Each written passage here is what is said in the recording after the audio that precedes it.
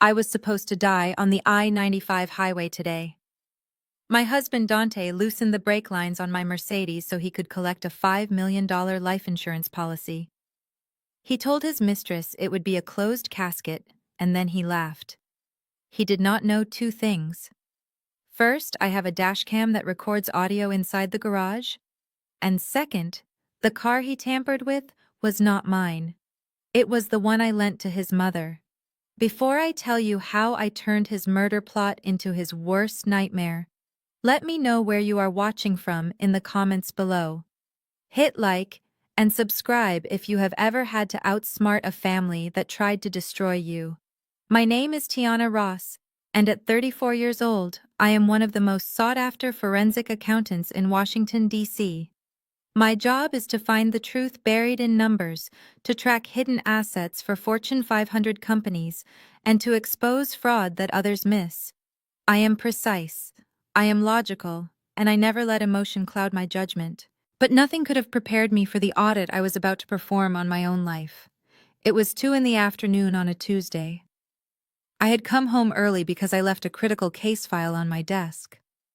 Our home in Potomac, Maryland usually stood quiet at this hour, a sprawling brick estate that my salary paid for, though Dante liked to tell his friends it was purchased with his investment earnings. I pulled my sedan into the driveway, careful not to block the main garage door, and entered through the side service entrance to avoid setting off the main alarm. The garage was dim lit only by the sliver of sunlight cutting through the window. I was reaching for the door handle when I heard it. A voice. Dante's voice. He was not at his office downtown as he claimed to be. He was right here standing next to the black Mercedes G-Wagon parked in the center bay. I froze my hand hovering over the doorknob. The acoustics in the garage were perfect, carrying his voice directly to me. "Yeah, baby, it is done," he said, his tone dripping with a smug satisfaction that made my skin crawl. I messed with her brakes. Just a little looseness on the line.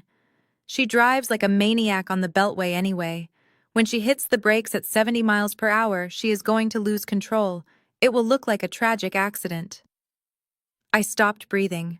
My heart hammered against my ribs like a trapped bird, but my feet remained rooted to the spot. I pressed myself against the cold drywall, listening. "No. Do not worry about the investigation." Dante continued laughing now. A wet, ugly sound. "The police will just see a stressed-out career woman who drove too fast. We will be rich by next month, 5 million clean. I will see you at her sister's funeral. Or maybe her funeral. Who cares? As long as she is gone." He laughed again, hanging up the phone. I heard the clatter of tools being thrown into a metal box, the sound of him whistling a cheerful tune as he walked out of the garage and into the house. He was planning to kill me. My husband of 6 years, the man who toasted to our future at our anniversary dinner last week, had just set a death trap for me, and was whistling about it. My first instinct was to scream, to run into the house and confront him, to tear his eyes out. But then the training kicked in. The part of my brain that spent 12 hours a day hunting white-collar criminals took over. Screaming was for victims. I was not a victim. I was an investigator, and I needed evidence. I waited until I heard his footsteps fade away into the upper level of the house. Then I moved. I did not go to the car. I did not touch anything. I pulled out my phone and opened the cloud app connected to the garage security system. I had installed a high-end dash cam and internal garage surveillance system 3 months ago, after a series of break-ins in the neighborhood. Dante had complained about the cost, calling it unnecessary paranoia. Now it was my lifeline. I scrolled back the footage. There it was. Crystal clear 4K video. Dante lying under the chassis of the G-Wagon with a wrench. The strain on his face as he worked.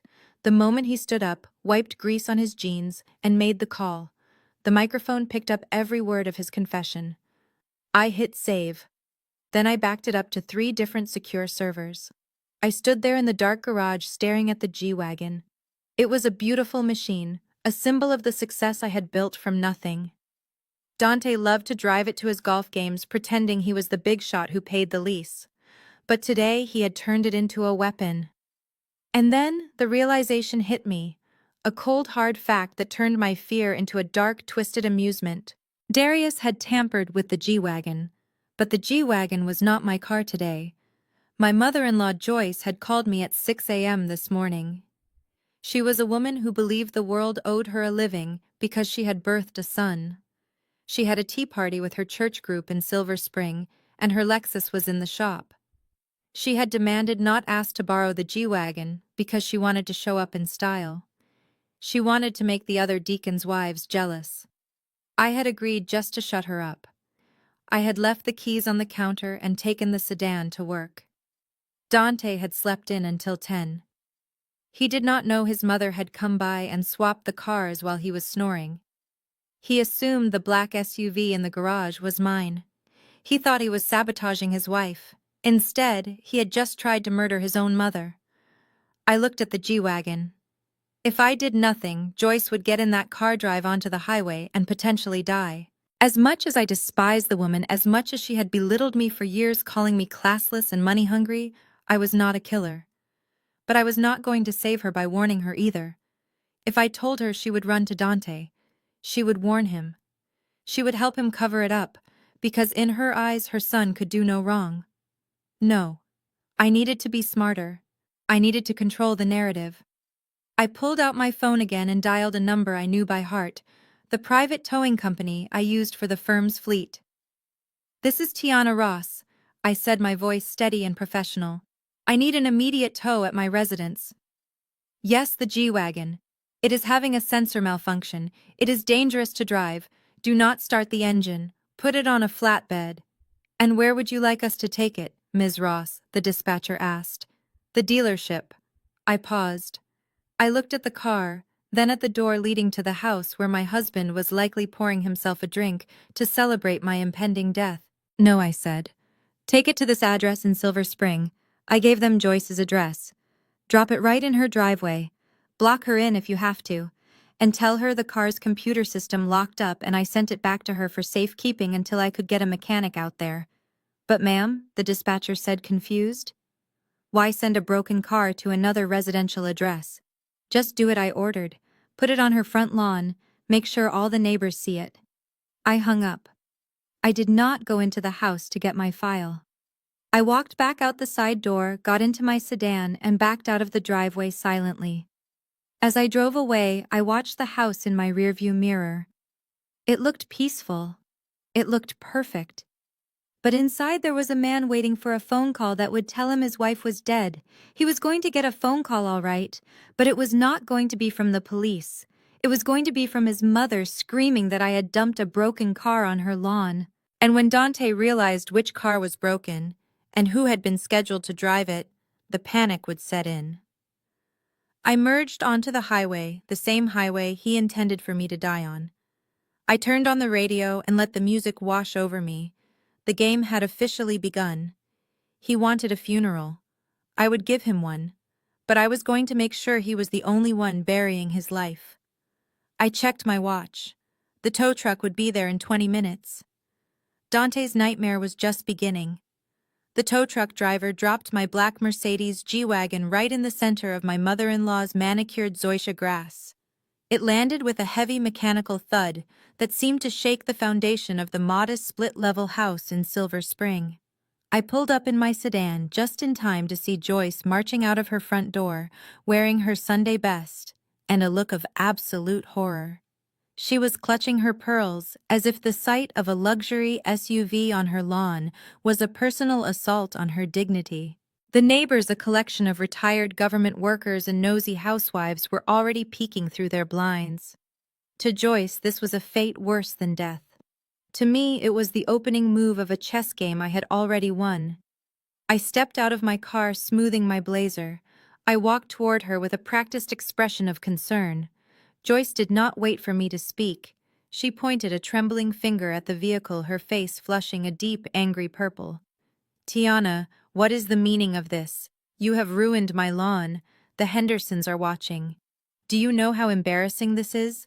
I told the church ladies I would be arriving in a G-Wagon, not hosting a junkyard." I stood calmly in front of her hysteria. The car is having sensor issues, Joyce. I lied smoothly. The brakes felt spongy. I did not want you to drive an unsafe vehicle. I had it towed here so you would be safe. I thought you would appreciate me looking out for you. Safe, she scoffed. You just wanted to show off your money and then dump your problems on my doorstep. You are so irresponsible. You buy these expensive toys and you cannot even maintain them. Now get this thing off my grass before the homeowners association finds me. Her phone chimed in her pocket. Then mine did. It was Dante. He was not calling. He was texting. I glanced at my screen. It was a message he had sent to the family group chat, but it was clearly meant for his mother. The text read, "Mom, do not get in the car. I am coming. Do not drive it." I smiled internally.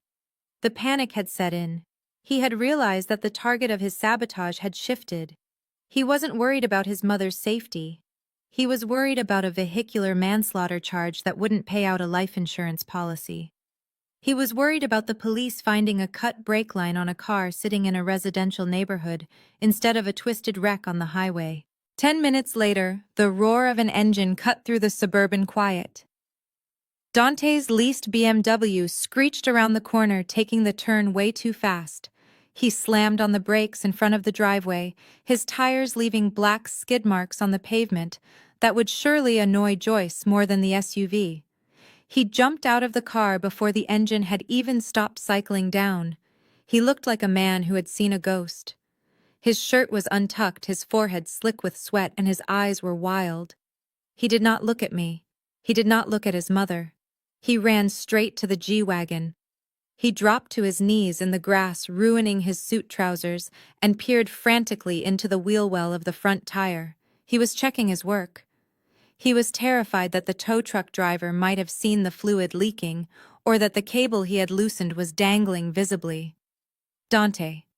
What are you doing?" Joyce shrieked. "Get off the ground! You are ruining your pants! And tell your wife to move this monstrosity." Dante scrambled up, wiping grass stains off his knees. He looked at me, then his eyes searching my face for any sign that I knew. He saw nothing but the cool, detached mask of a forensic accountant. "Baby," he panted, his chest heaving. "Mom texted me. She said the car broke down. I was so worried. I thought you were driving it. I thought you were on the highway." I tilted my head, studying him. "I thought you were at the office, Dante. How did you get here so fast?" "I left early," he stammered, lying as easily as he breathed. "I had a bad feeling. Call it intuition. What happened? Did the brakes fail? Did you press the pedal and nothing happened?" He was fishing. He wanted to know if the mechanism had triggered. "I did not drive it," I said. "The dashboard lit up with a warning light before I left the driveway. I called the tow truck immediately. I did not want to risk your mother's life." The relief that washed over him was palpable. His shoulders slumped, and he let out a breath he had been holding for an hour. He thought he had dodged a bullet. He thought the car was just sitting there unbroken, waiting for him to fix his mistake before anyone noticed. "We need to get it to a mechanic," he said quickly, reaching for his phone. "I will call my guy. He can come pick it up right now. We do not want it sitting here." Before I could answer, the front door of the house opened again. A woman stepped out onto the porch. She was holding a glass of iced tea, looking like the picture of suburban innocence. It was Amber, my sister-in-law. She was the wife of Dante's younger brother, a woman with blonde hair, blue eyes, and a smile that never quite reached them.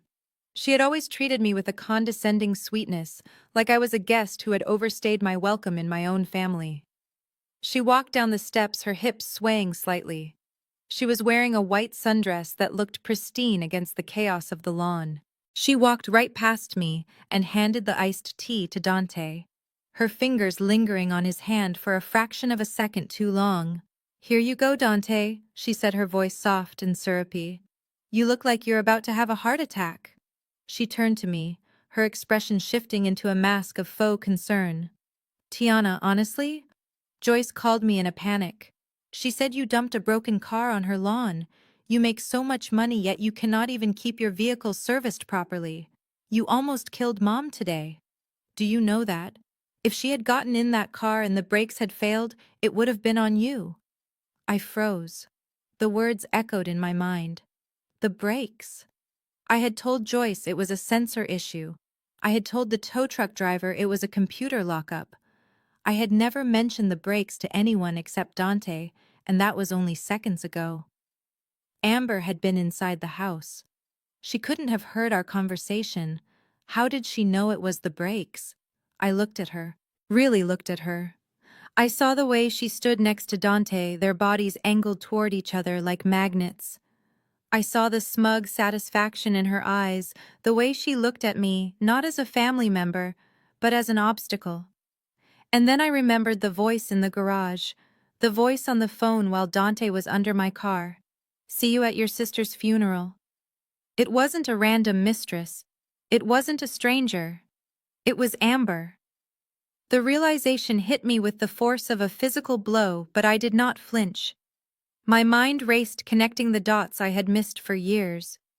The way they always sat together at family dinners. The way Amber always knew about Dante's financial struggles before I did. The way she was the beneficiary of the trust fund I had found earlier that day. They weren't just having an affair. They were partners in crime. They were plotting my murder right in front of my mother-in-law's house, sipping iced tea and judging my car maintenance.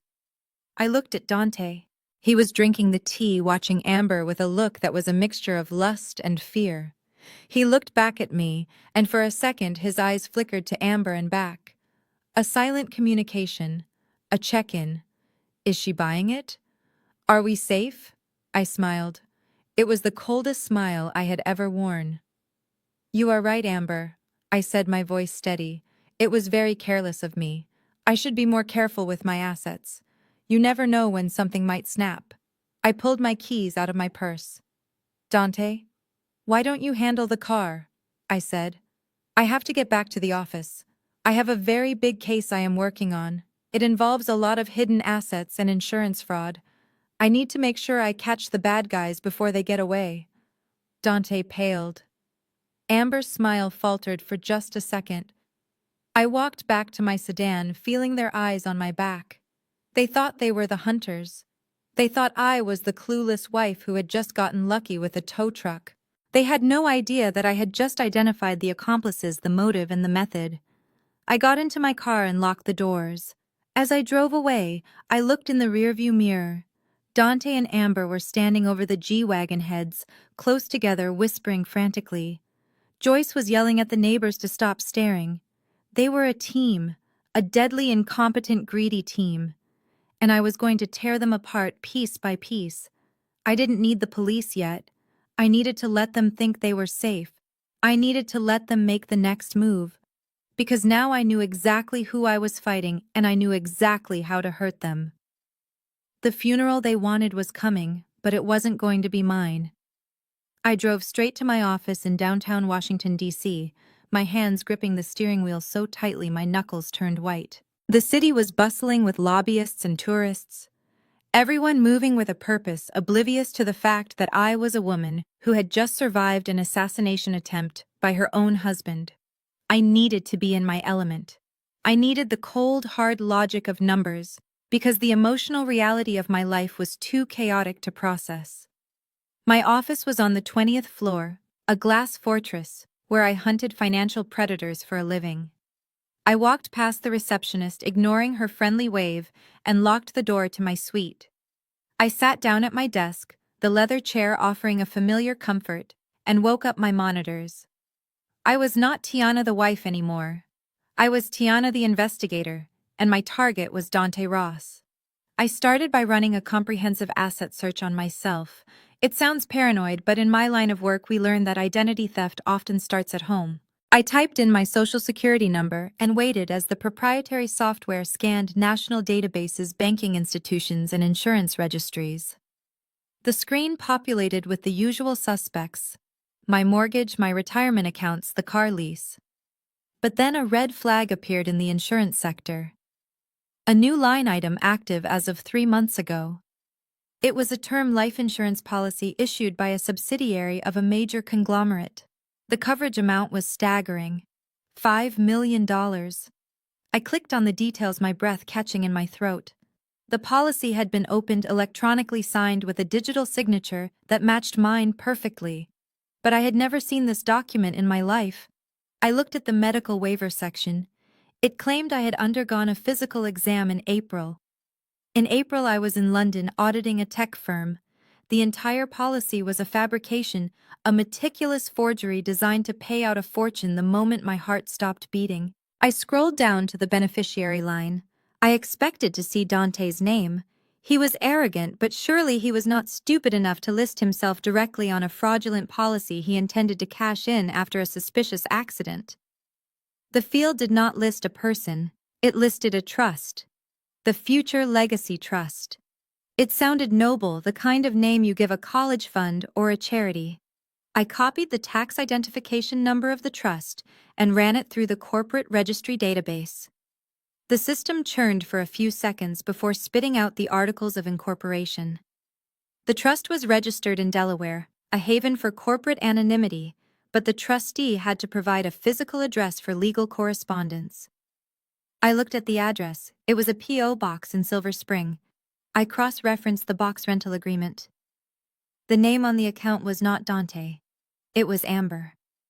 I stared at her name on the screen, a wave of nausea rolling through me. Amber. My sister-in-law. The woman who had handed Dante iced tea on the lawn an hour ago. The woman who had smiled at me at Thanksgiving and asked for my mac and cheese recipe. She was the trustee. She was the one who would collect the $5 million when I died. It was not just Dante acting alone. It was a conspiracy. They had built a financial vehicle solely for the purpose of profiting from my murder. I needed to understand the depth of this. I needed to know how long they had been planning this, how deep the rot went.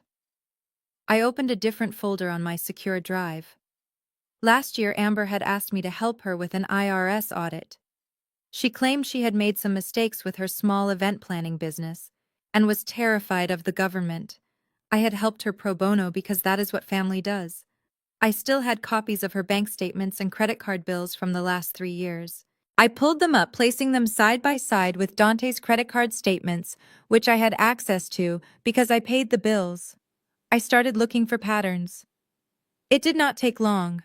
The evidence was not even hidden. It was just ignored because I had trusted them. 2 years ago, Dante told me he was going to a business conference in Miami. I looked at his statement. Flight to Miami. Hotel at the Fontainebleau. Then I looked at Amber's statement. Flight to Miami, same dates. Charges at the Fontainebleau Spa. Charges at a Miami steakhouse for 2. I kept scrolling. A weekend in New York. A trip to the vineyards in Virginia. They matched perfectly. Every time Dante was away on business, Amber was suspiciously absent from family group chats. They had been having an affair for 2 years. 2 years of laughing behind my back. 2 years of spending my money to fund their romance.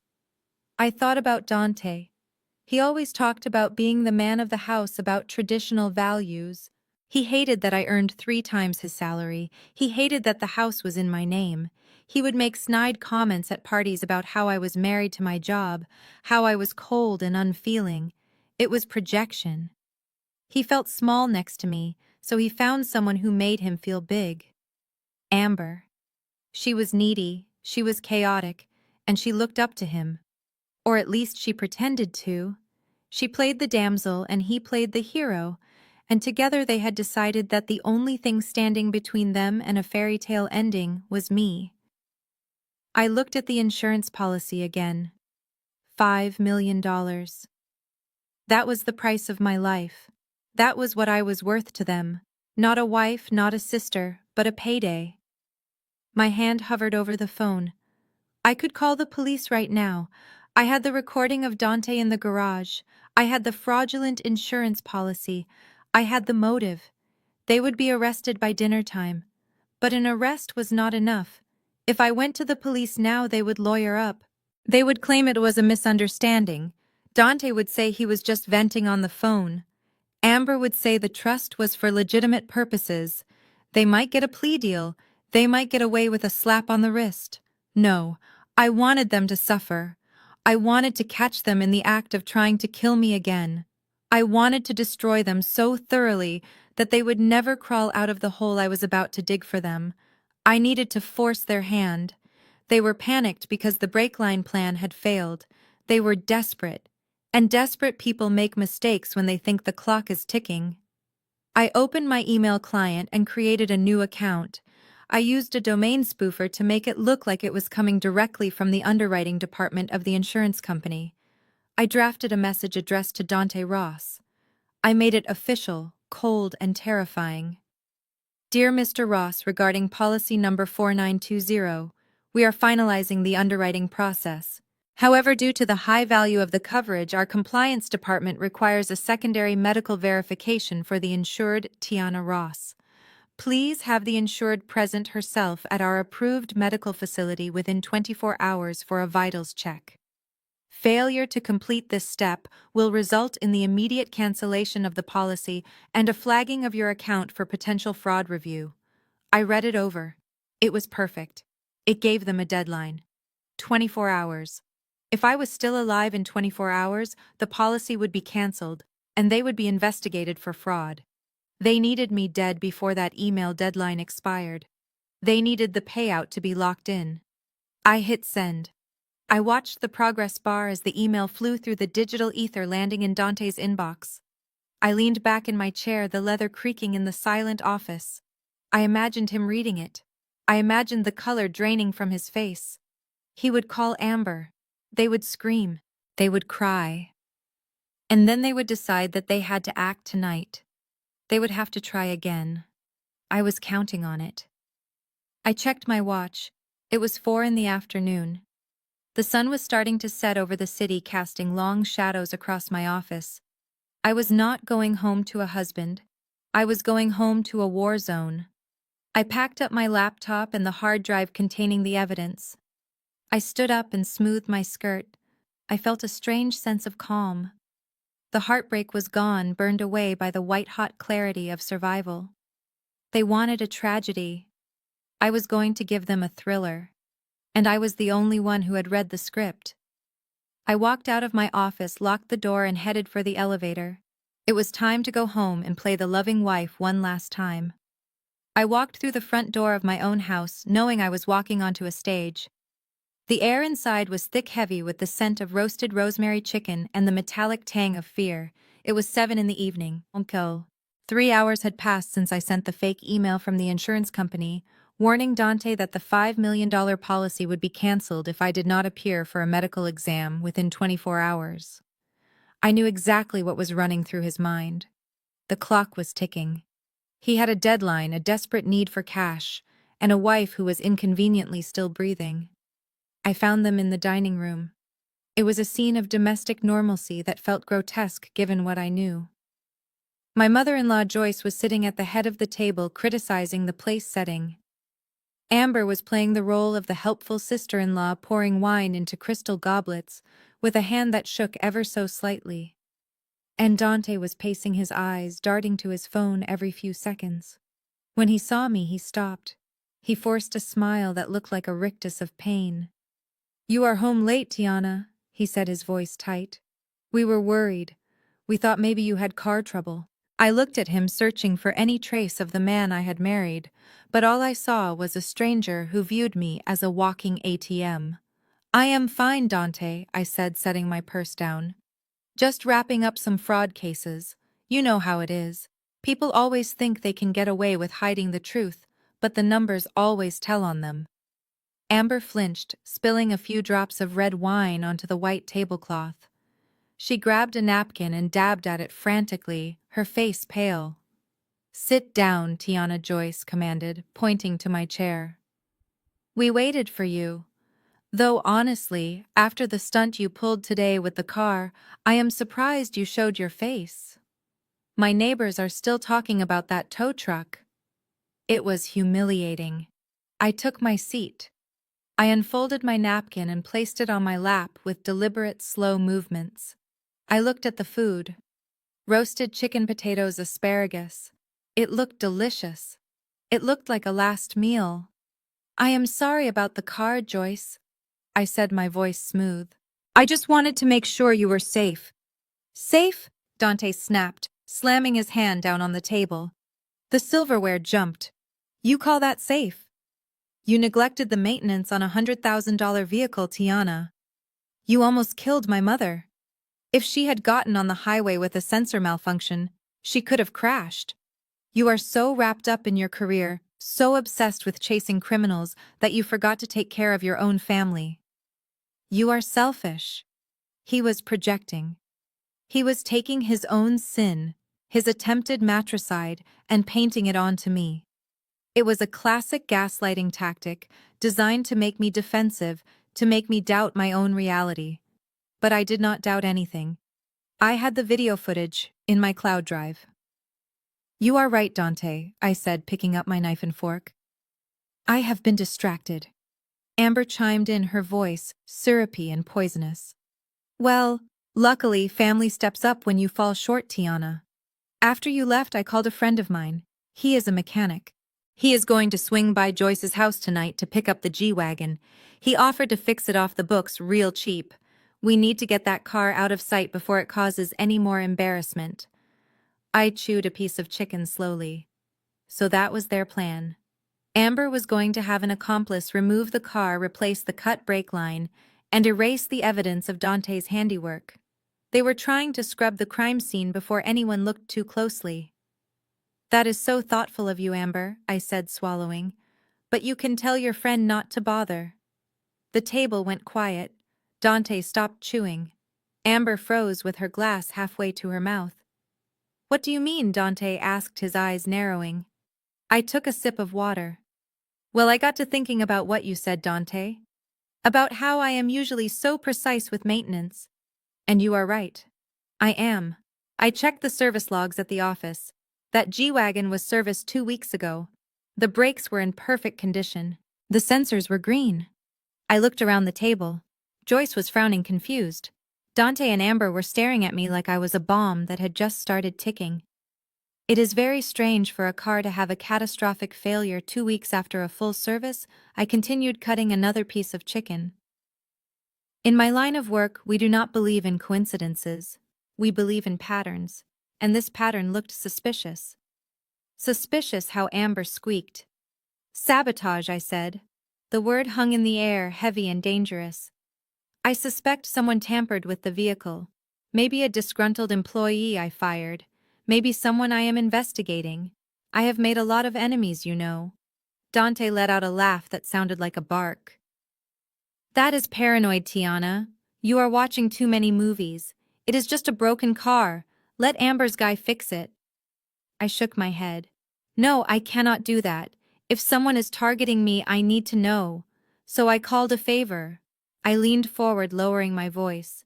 You know my friend Agent Miller from the FBI, the one I worked with on the Enron copycat case last year. I called him on my way home. He agreed that it sounds like malicious tampering. He is sending a forensic team to Joyce's house tomorrow morning at 8 a.m. They are going to dust for prints on the undercarriage and analyze the brake lines. If anyone touched that car, they will find their DNA. The reaction was instantaneous and visceral. Dante's hand spasmed. His steak knife slipped from his fingers and clattered loudly against his porcelain plate, spinning across the table before falling to the floor. Amber inhaled sharply, choking on her wine. She coughed violently, red liquid sputtering from her lips, staining her white napkin. She wheezed, her eyes watering, looking at Dante with sheer terror. Joyce looked between them, annoyed. What is wrong with you two? You act like you have seen a ghost. I watched them, a small smile playing on my lips. Oh, they had not seen a ghost. Oh, they were seeing their future. They were seeing prison bars. Are you okay, Dante? I asked, my voice dripping with false concern. You look pale. I am fine, he choked out, bending down to retrieve his knife. His face was flushed red when he came back up. I do not think we need to involve the FBI, Tiana. That seems extreme. Think of the neighbors. Think of Mom. I looked at Joyce. Mom wants to be safe, don't you, Joyce? You would want to know if someone tried to hurt us. Of course, Joyce huffed. But FBI agents on my lawn. Really, Tiana, you always have to be so dramatic. It is out of my hands, I said, shrugging. Agent Miller is very thorough. He said if someone cut those lines, it is attempted murder. He is bringing the crime scene unit. Amber was trembling now. She pushed her chair back. I need to use the restroom. I don't feel well. She practically ran from the room. I heard the bathroom door lock down the hall. She was probably texting her mechanic to cancel. Or maybe she was vomiting.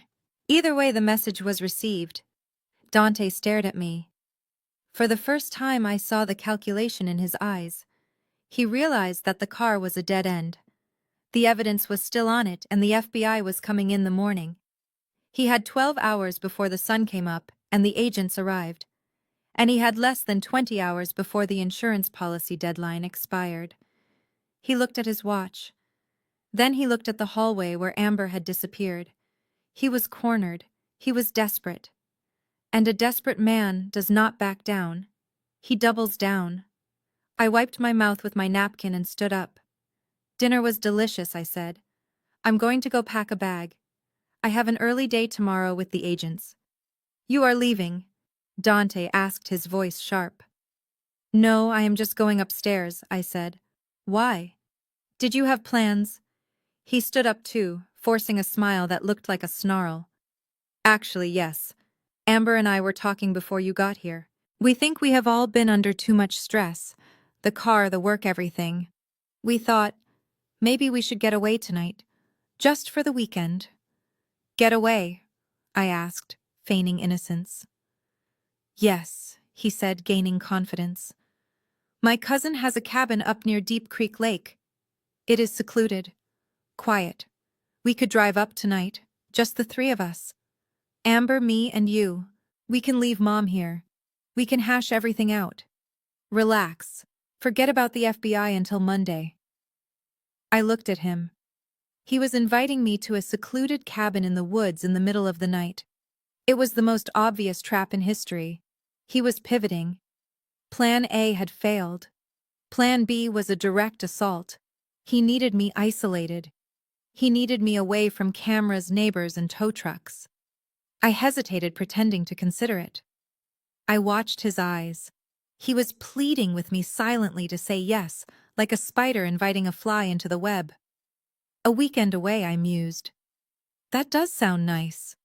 It would be perfect, Dante urged. Just family. No distractions. I smiled. Okay, Dante, let's go. I will pack my bag. He exhaled a sound of pure relief. Great. We leave in 30 minutes. I walked out of the dining room and headed up the stairs. I could feel his eyes burning into my back. He thought he had won. He thought he had lured me into the kill zone. He did not know that I wasn't packing clothes. I was going upstairs to my safe where I kept my field gear. I was packing a GPS tracker, a high-frequency audio recorder, and a 50,000-volt taser. I was going to the cabin, but only one of us was coming back. The 30 minutes Dante gave me to pack were the busiest of my life. I did not spend them choosing outfits or folding sweaters. I spent them turning myself into a weapon. I went into the walk-in closet of the master bedroom and locked the door.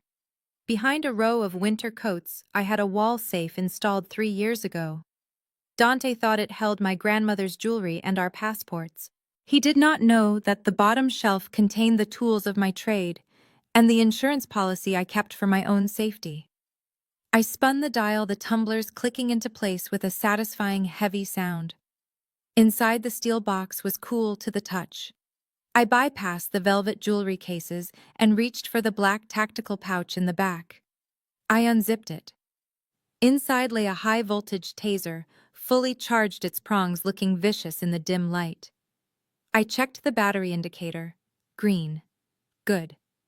I slipped it into the deep pocket of my trench coat, ensuring the safety was off, but the trigger guard was covered.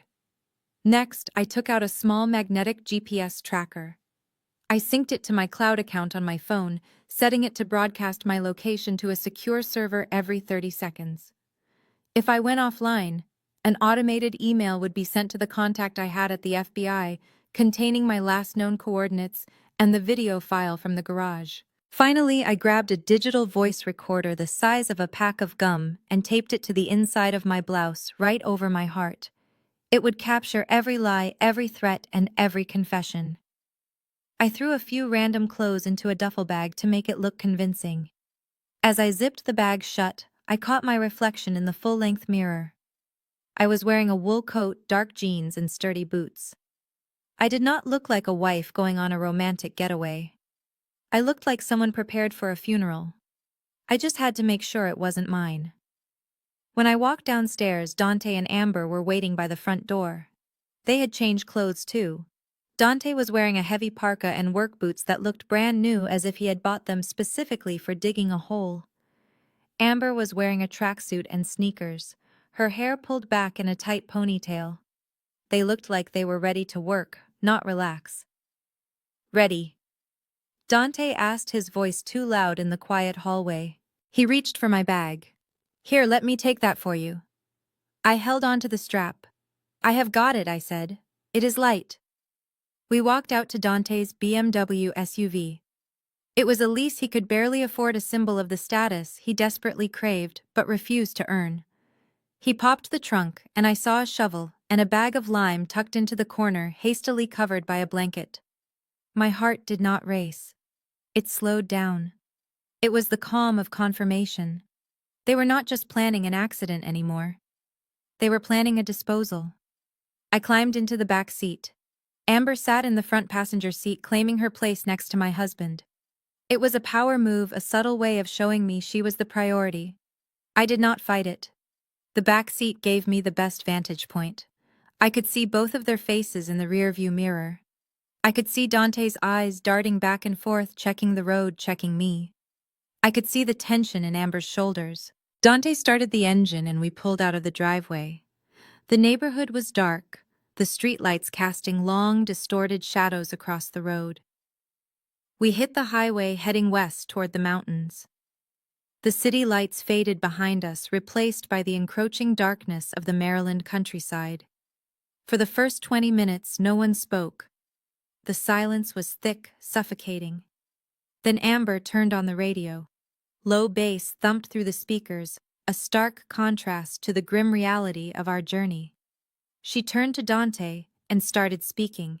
She used a dialect I hadn't heard since I left the neighborhood I grew up in, a specific cadence and slang that she must have picked up from Dante. She was a white girl from the suburbs trying to sound like she belonged in a world she only knew from rap videos. But Dante slipped into it easily. They thought because I spent my days in corporate boardrooms and wore tailored suits that I had forgotten the language of the streets. They thought I was too bougie, too assimilated to understand what they were really saying. "Yo, D, you sure the spot is clear?" Amber asked, looking out the window. "We don't need no unexpected company crashing the party." Dante nodded, his eyes fixed on the road. "Yeah, it is chill. My cousin hasn't been up there in months. It is deep in the cut.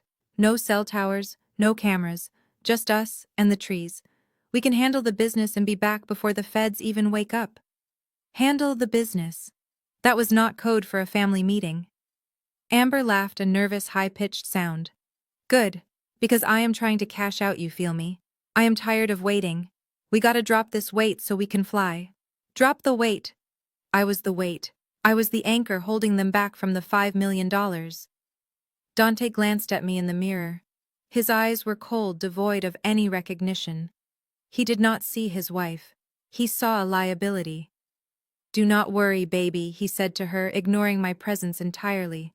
"We gonna clean house tonight, scrub everything down. By tomorrow it will be a whole new world." I sat silently in the dark, my hand resting in my pocket, my fingers brushing the cold plastic of the taser.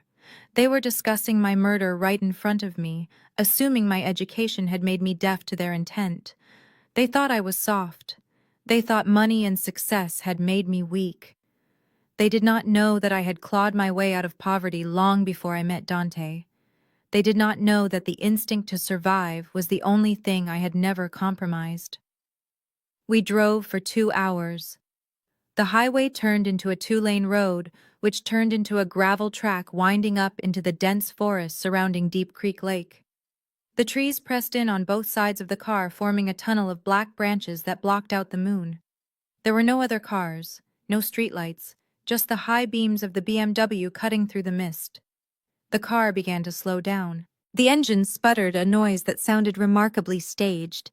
Dante pumped the gas pedal, making a show of frustration. "What is wrong with this thing?" he grunted, hitting the steering wheel. "Come on, do not die on me now."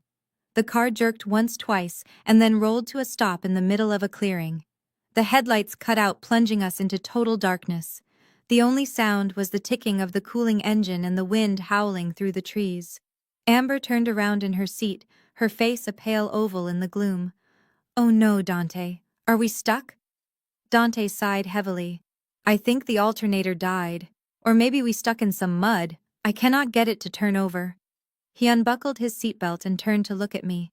His face was shadowed, but I could hear the adrenaline in his voice. He was ready. This was the moment. "Tiana, I need your help," he said. "I need to push it out of this rut so I can try to jump it. Amber cannot steer and push. You gotta get out and help me push from the back." It was the oldest trick in the book. Get the victim out of the car. Get them behind the vehicle where no one can see. Or maybe push them off the embankment that I knew was just a few yards away, leading down into the freezing water of the lake. I hesitated, letting the fear they expected to see creep into my voice. "Dante, it is pitch black out there. Can't we just call Tipway?" "No service," he said quickly. "Look at your phone. No bars. We are on our own." "Come on, T. Just give me a hand. We get it moving. We get to the cabin, we get warm." I gripped the taser. I knew exactly what was waiting for me outside that door. A shove, a rock, maybe the shovel from the trunk. But staying in the car was not an option either. It was a steel cage. I needed room to move. I needed to draw them out. "Okay," I said, my voice trembling just enough to be convincing. "Okay, I will help." I opened the door. The cold air hit me like a slap. I stepped out onto the gravel, my boots crunching loudly in the silence. I did not walk to the back of the car. I took 2 steps away from the vehicle, creating distance, and turned to face them. Dante got out of the driver's side. Amber got out of the passenger side. They met at the hood of the car, exchanging a look. Then they started walking toward me. They were not walking like people who needed help pushing a car. They were walking like hunters closing in on a trap. "You ready to push?" Tiana Dante asked, reaching into his pocket. I pulled my hand out of my coat. The taser hummed in my grip, a low electric sound that was lost in the wind. "I am ready, Dante," I whispered. "But we are not pushing the car." The wind howled through the trees, creating a cacophony that masked the sound of my boots crunching on the gravel. I stood 5 feet from the hood of the BMW, my breath clouding in the freezing air. Dante and Amber were moving toward me, their shadows stretching long and distorted in the darkness. They were not positioning themselves to push the car. They were spreading out, flanking me, cutting off my escape route to the road. Dante reached into his pocket, his hand closing around something heavy. It might have been a rock or a tool, but it did not matter. His intent was clear in the way he set his jaw, the way his eyes had gone dead and flat. He was not looking at his wife anymore. He was looking at a $5 million obstacle that needed to be removed. "Tiana, get behind the bumper," Dante ordered, his voice rough. "You need to push when I say go." I did not move. I did not step toward the bumper. I took a deep breath, centering my weight, feeling the cold steel of the taser in my pocket. They thought I was a forensic accountant who spent her life behind a desk staring at spreadsheets. They thought my only exercise was Pilates and carrying designer bags. They did not know about the Tuesday and Thursday nights I spent at a gritty gym in Anacostia. They did not know about Krav Maga. I had started 3 years ago, initially, just to burn off the stress of dealing with corporate fraud, but I had fallen in love with the efficiency of it. My instructor, a former Special Forces operative named Eitan, had taught me one fundamental truth. When you are outnumbered, you do not fight fair. You end it. Dante lunged. He did not signal it. He just exploded forward, his arms outstretched, aiming to shove me backward toward the steep embankment that dropped off into the icy black water of the lake. It was a clumsy, desperate move born of arrogance. He expected me to scream. He expected me to cower. I did neither. As he closed the distance, I pivoted on my left foot, a sharp 45-degree turn that took me off his line of attack. His momentum carried him forward into the empty space where I had been standing a split second before. As he stumbled past me off balance and exposed, I did not hesitate. I did not feel love. I did not feel pity. I felt the cold precision of survival. I drew the taser from my pocket in one fluid motion. I did not aim for his chest. I jammed the prongs directly into the side of his neck, right where the carotid artery pulses. I pulled the trigger. The sound was a dry, crackling pop like bacon hitting a hot pan, followed by the wet thump of a body hitting the dirt. Dante did not scream. His muscles seized instantly, locking up in a rigid spasm of 50,000 volts. He dropped like a stone, twitching violently in the gravel, his eyes rolled back in his head. The tool he had been holding, a heavy wrench, clattered uselessly onto the road. I stepped back, keeping the weapon raised, and turned my attention to Amber. She had frozen mid-step, her mouth hanging open in a silent scream of shock. She looked at Dante convulsing on the ground, then at me. The smug superior sister-in-law was gone. In her place was a terrified woman in a tracksuit who had just realized she was not the predator in this scenario. "You," she gasped, her voice shrill and trembling. "You crazy witch. You killed him." "He is not dead," I said, my voice calm and even cutting through the wind. "But he is going to wish he was." Amber's shock turned into a frantic, cornered rage. She looked around, realizing we were miles from civilization, alone in the dark, with a woman she had severely underestimated. She reached into her pocket and pulled out her phone, holding it up like a shield. "I am calling the police," she shrieked, backing away. "I am calling 911. You assaulted him. I have it all on video. You are going to jail, Tiana. You are a lunatic." I laughed. It was a dark, genuine laugh that seemed to unnerve her more than the violence. "Call them, Amber. Please, tell them where we are. Tell them why we are here. Tell them about the shovel in the trunk and the lime. I am sure the state troopers would love to hear your version of events." She hesitated, her thumb hovering over the screen. She knew she couldn't call. Calling the police meant explaining the brake lines. It meant explaining the insurance policy. It meant exposing herself. I pulled out my own phone with my free hand. The screen glowed bright in the darkness. I tapped the icon for my secure cloud app, but I held the phone up so the camera lens was pointed directly at her face. The little red recording light blinked steadily. "Say hello, Amber," I said, my voice cheerful. "You are live." "What?" she stammered, shielding her face with her hand. "I am live streaming," I lied smoothly. It was a bluff, but a calculated one. The footage was just being recorded to a secure server, but she did not know that. She did not know technology. She only knew vanity and fear. "I have 5,000 followers on this private channel," I continued. "Mostly lawyers, investigators, and a few federal agents I work with. They are all watching you right now. They just watched my husband try to push me off a cliff, and now they are looking at his accomplice." "No," she screamed, turning her back to the camera. "Turn it off. You cannot do this. It is illegal to record me without consent." I stepped closer, the phone steady in my hand. "You forfeited your right to privacy when you conspired to commit first-degree murder, Amber." Smile. "Tell the audience why you needed $5 million. Was it for the gambling debts? Or did you just want to buy more tacky handbags?" She broke. She collapsed onto the gravel next to Dante, covering her face with her hands, sobbing hysterically. "Stop it! Just stop it! We were just trying to scare you. We weren't going to hurt you." I lowered the phone, but I kept the taser pointed at her. "Liar! You were going to kill me, and you were going to do it tonight." Dante groaned, the paralysis beginning to wear off. He tried to push himself up, his limbs shaking uncontrollably. I walked over to him and kicked the wrench away, sending it skittering into the bushes. Then I reached down and patted his coat pockets until I felt the keys to the BMW. I snatched them out.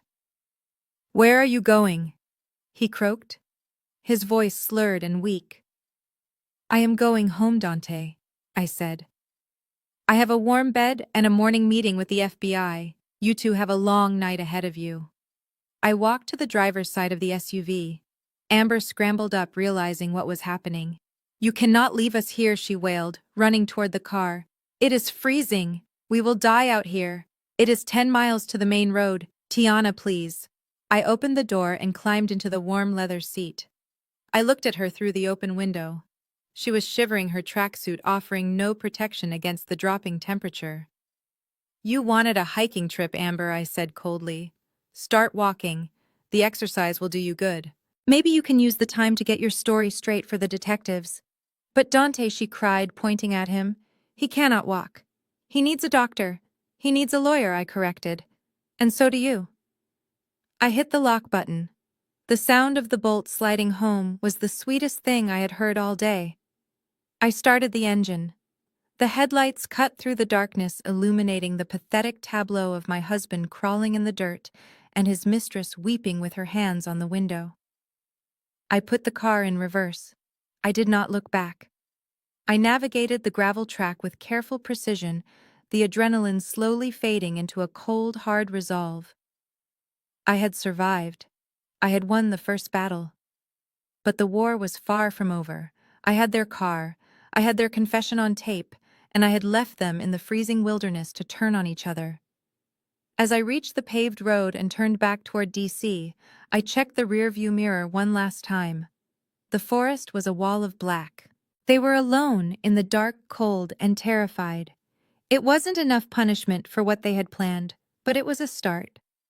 By the time they hiked out of those woods, if they made it out, their world would be gone.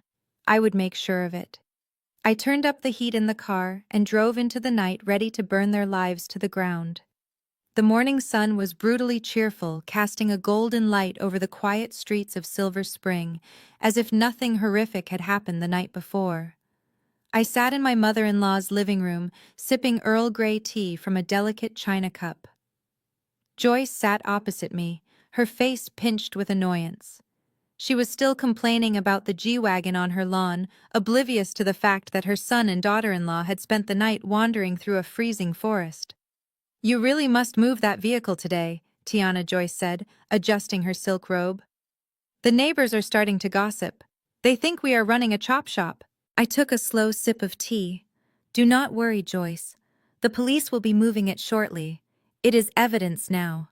Before she could ask what I meant, the front door burst open. Dante and Amber stumbled into the foyer looking like refugees from a disaster movie. Their clothes were torn and covered in mud. Amber was missing a shoe, her foot wrapped in a dirty sock. Dante's face was scratched and swollen from the taser impact, his eyes bloodshot and wild. They smelled of sweat, fear, and pine needles. Joyce gasped, dropping her teaspoon. "Dante, Amber, what happened to you? You look like you were attacked by a bear." Dante limped into the room, collapsing onto the sofa without asking. "We were carjacked, Mom," he croaked, his voice raw. "We were driving Tiana to the cabin to talk, and we got run off the road. These guys, they took everything. The car, our phones, our wallets. They left us in the woods. We had to walk 10 miles to get to a gas station." He looked at me, then his eyes narrowing. It was a calculated look. He was trying to figure out how much I had told his mother. He was trying to spin the narrative before I could. "Tiana ran away," he lied, pointing a shaking finger at me. "When the car stopped, she panicked and ran into the woods. We tried to find her, but she was gone. We thought maybe she was hurt." Amber nodded frantically, her teeth chattering. "Yes, Joyce. It was terrifying. We were so worried about her. And then these men came." I set my teacup down with a soft clink. It was a beautiful performance, truly. If I did not know better, I might have even felt sorry for them. But I knew better. "That is a fascinating story, Dante," I said, my voice cool and amused. "But there is one small problem. I was not the one who ran away. And there were no carjackers." Dante froze. Amber stopped shivering. "What are you talking about?" Joyce demanded, looking between us. "Tiana, were you there? Why are you sitting here drinking tea if your husband was attacked?" "Because he was not attacked, Joyce," I said. "He was abandoned. By me." I pulled out my phone. I had already transferred the video file from the cloud to my local storage. I tapped the screen and held it up for Joyce to see. "This is what really happened last night," I said. The video played. It was the recording from the clearing. The quality was grainy due to the low light, but the audio was crystal clear. It captured everything. Dante's voice ordering me to push the car, my refusal, the sound of the taser, and then the confession. Amber screaming that they needed the $5 million. Dante admitting they were going to kill me. The entire ugly truth played out on the small screen in high definition. Joyce watched in silence. Her eyes widened as she saw her son convulsing on the ground. She flinched when she heard Amber admit to the plot. She listened to them turn on each other, blaming one another for the failed murder attempt. When the video ended, the room was silent. Dante had his head in his hands. Amber was staring at the floor, defeated. I waited for the explosion. I waited for Joyce to scream at her son, to ask how he could try to kill his wife. I waited for the horror of a mother realizing she had raised a monster.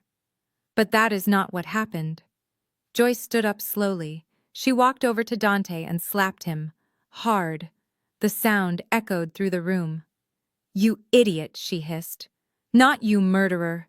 Not you, monster. You idiot."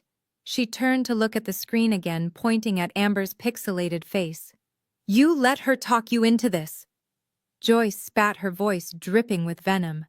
"You let this white trash girl control you. I told you she was trouble. I told you she was just after our money. But you did not listen. You had to have the blonde trophy. And now look at you. You tried to kill the only person in this family who actually has a brain and a bank account, and you failed." I stared at her. The room seemed to tilt. She was not angry that he tried to kill me. She was angry that he had let Amber lead him and that he had botched the job. "You knew," I whispered. The realization hit me like a physical blow. "You knew about the affair." Joyce looked at me, her eyes cold and hard. "Of course I knew. Mothers know everything." I saw the way she looked at him at Christmas. I saw the way he paid for her car repairs. I knew he was sleeping with his brother's wife. "And you did nothing," I said, my voice rising. "You let him humiliate me. You let him spend my money on her." Joyce shrugged. "Men have needs, Tiana. You were always working. You were always so busy with your career. I thought if he had a little fun on the side, it would keep him happy. I did not think he was stupid enough to try to kill the goose that lays the golden eggs."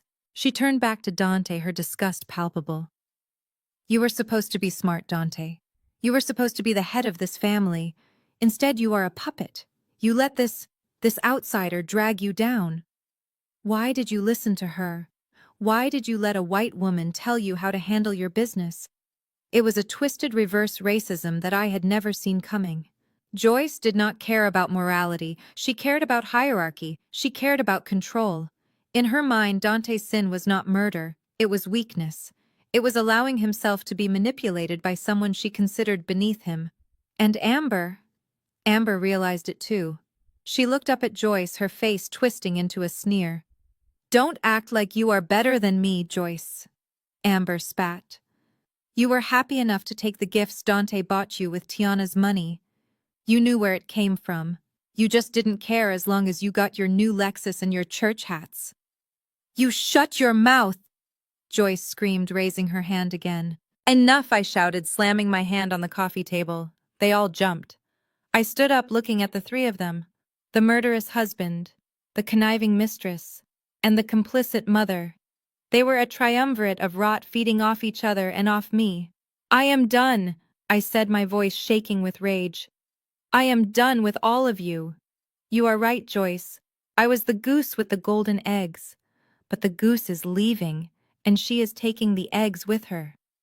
I picked up my purse. I looked at Dante, who was rubbing his cheek where his mother had slapped him. "The police are on their way, Dante," I said. I called them 10 minutes ago. They have the video. They have the insurance policy. They have everything. Dante looked up, panic finally breaking through his exhaustion. Tiana, please. We can fix this. I can explain. There is nothing to explain, I said. You tried to kill me. Your mother knew you were cheating and did nothing. And your mistress is an accessory to attempted murder. There is no fixing this. There is only prison. I walked to the door. I could hear sirens in the distance getting louder. Oh, and Joyce, I said, turning back one last time. You were worried about the neighbors gossiping about the car. Wait until they see your son being dragged out in handcuffs. That should give them something to talk about at church on Sunday. I walked out of the house and down the driveway. The police cruisers were turning onto the street, their lights flashing blue and red against the morning sky. I watched them pull up, officers spilling out with guns drawn. I watched them storm the house. I did not feel sad. I did not feel relief. I felt a cold, hard satisfaction. The rot had been exposed. The family was broken. And I was the only one walking away clean. The sirens were wailing in the distance, getting closer by the second, but I was not done. I had exposed the murder plot, but I had not yet exposed the motive. The why is always more damaging than the how. I turned back from the driveway and walked into the house. Dante and Amber were frozen in the living room, guarded by the sheer weight of their own guilt, and my mother-in-law Joyce was slumped in her chair. But there was one more person who needed to see this. I had sent a text message 30 minutes ago to Dante's younger brother Marcus. He was Amber's husband, a hard-working mechanic who worshipped the ground his wife walked on. I heard his truck pull up onto the lawn, screeching to a halt beside the tow truck. He burst through the front door, his hands covered in grease from a night shift, looking between his wife and his brother with wild, confused eyes. "What is going on?" Marcus shouted, his chest heaving. "Tiana sent me a message saying you two were in trouble. She said I needed to come home right now. Why is the police coming? Why is everyone crying?" Amber looked at her husband and burst into fresh tears, but she did not move toward him. She could not. The guilt was pinning her to the floor. Dante refused to meet his brother's eyes. I walked past Marcus and picked up the remote for the 60-inch television mounted above Joyce's fireplace. I did not ask for permission. I pressed the input button and synced my phone to the screen. "Sit down, Marcus," I said, my voice commanding. "You need to see where your money has been going." I brought up a new document. It was not a video this time. It was a flow chart of financial transactions that I had compiled over the last 3 hours. It was a map of theft. Everyone thinks Dante is a successful investor. I began pacing the room like a prosecutor. He wears Italian suits. He drives a BMW. He talks about crypto and foreign markets. But the truth is, Dante has not made a single dollar of legitimate income in 4 years. Joyce looked up, her eyes wide. "That is not true. He shows me his returns. He pays for dinner." "He pays for dinner with my money, Joyce," I snapped. I pulled up the bank records on the screen. It showed a series of transfers from my personal savings account into a joint account that Dante managed.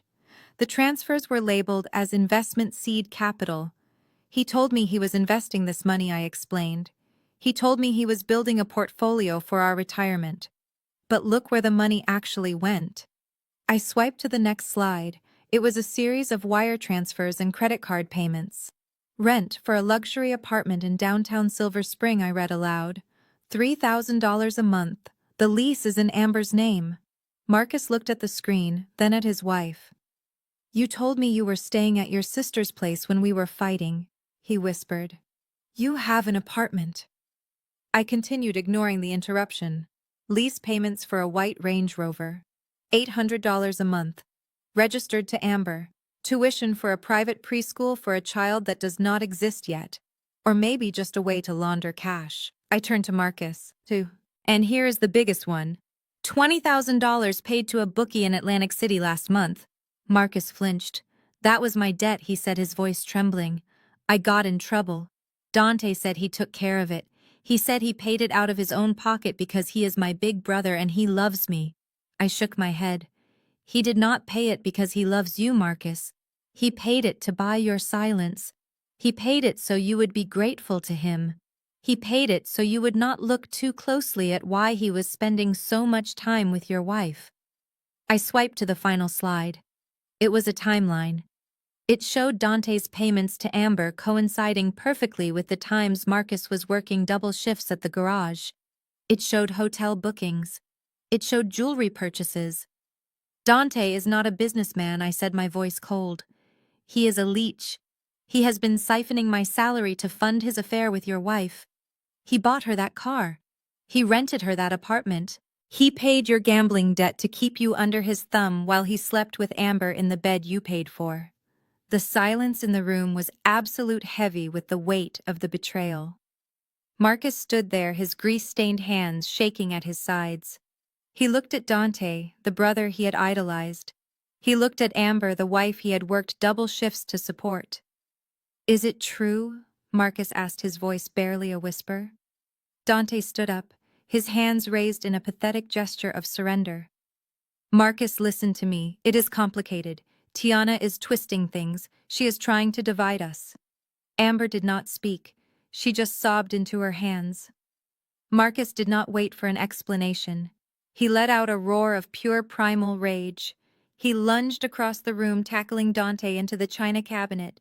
The glass shattered, sending shards flying across the room. Joyce screamed, covering her head. Marcus rained punches down on his brother, his mechanic's strength fueled by the heartbreak of a man who realized his entire life was a lie. Dante tried to fight back, but he was weak from the taser and soft from a life of luxury. Marcus pummeled him, screaming obscenities, demanding to know how long, demanding to know why. Amber crawled into the corner, screaming for them to stop, but she did not dare intervene. I watched them. I watched the family that had judged me, the family that had called me cheap and classless, tear itself apart in a violent explosion of glass and blood. I did not feel fear. I felt a sense of order being restored. The numbers had finally balanced. I let it go on for a minute, long enough for Dante's nose to break, long enough for the reality of his actions to be beaten into him. Then I heard the heavy boots of the police running up the front walk, the front door which was still open, filled with uniformed officers. They rushed in, guns drawn, shouting commands. They pulled Marcus off Dante, pinning him to the ground. They grabbed Dante, who was bleeding and weeping, and cuffed him. "It is okay," I said to the officers, stepping forward. "I called you. That man on the floor, Dante Ross, and that woman in the corner, Amber Ross, conspired to murder me. I have the evidence on this phone." The sergeant looked at me, then at the chaos in the room. He nodded and signaled his men to take them into custody. As they dragged Dante past me, his face swollen and bloody, he looked at me with one good eye. "You ruined everything," he spat, blood bubbling on his lips. "You destroyed this family." "I destroyed nothing," I said calmly. "I just turned on the lights." Joyce was wailing now, sitting amidst the broken china. "My house," she cried. "My beautiful house. What have you done to my house?" I looked down at her. She was more concerned about her plates than her son's. "It is not your house, Joyce," I said. She looked up, confused. "What?" I walked over to the TV one last time. I pulled up a property deed. "When Dante told you he bought this house for you 5 years ago, he lied," I said. "He did not have the credit. He did not have the money. I bought this house. I put it in the name of a shell company, Ross Holdings LLC. I paid the mortgage every month. I paid the taxes. I paid for the landscaping you love so much." I leaned down so I was eye level with her. "You have spent 5 years telling me I was not good enough to be a Ross. You told me I did not have class. You told me I should be grateful your son married me. But the truth is, Joyce, you have been living in my house. You have been sleeping under a roof I provided. You have been eating food I paid for." Joyce's mouth opened and closed like a fish out of water. The realization washed over her. Her security, her status, her home, it all belonged to the woman she had despised. And now I continued, my voice hard as stone. "I am evicting you." I pulled a folded paper from my purse. It was not an eviction notice, but it was close enough. I am listing the property for sale tomorrow, I said. You have 48 hours to vacate the premises. If you are not gone, I will have the sheriff remove you for trespassing. But where will I go? She whispered, her arrogance finally stripped away. I do not know, I said, straightening up and smoothing my blazer. Maybe you can stay with Amber. Oh, wait, she is going to prison. I walked toward the door, stepping over the broken glass and the ruin of their lives. The police were leading Dante and Amber out to the squad cars. The neighbors were all on their lawns watching the spectacle.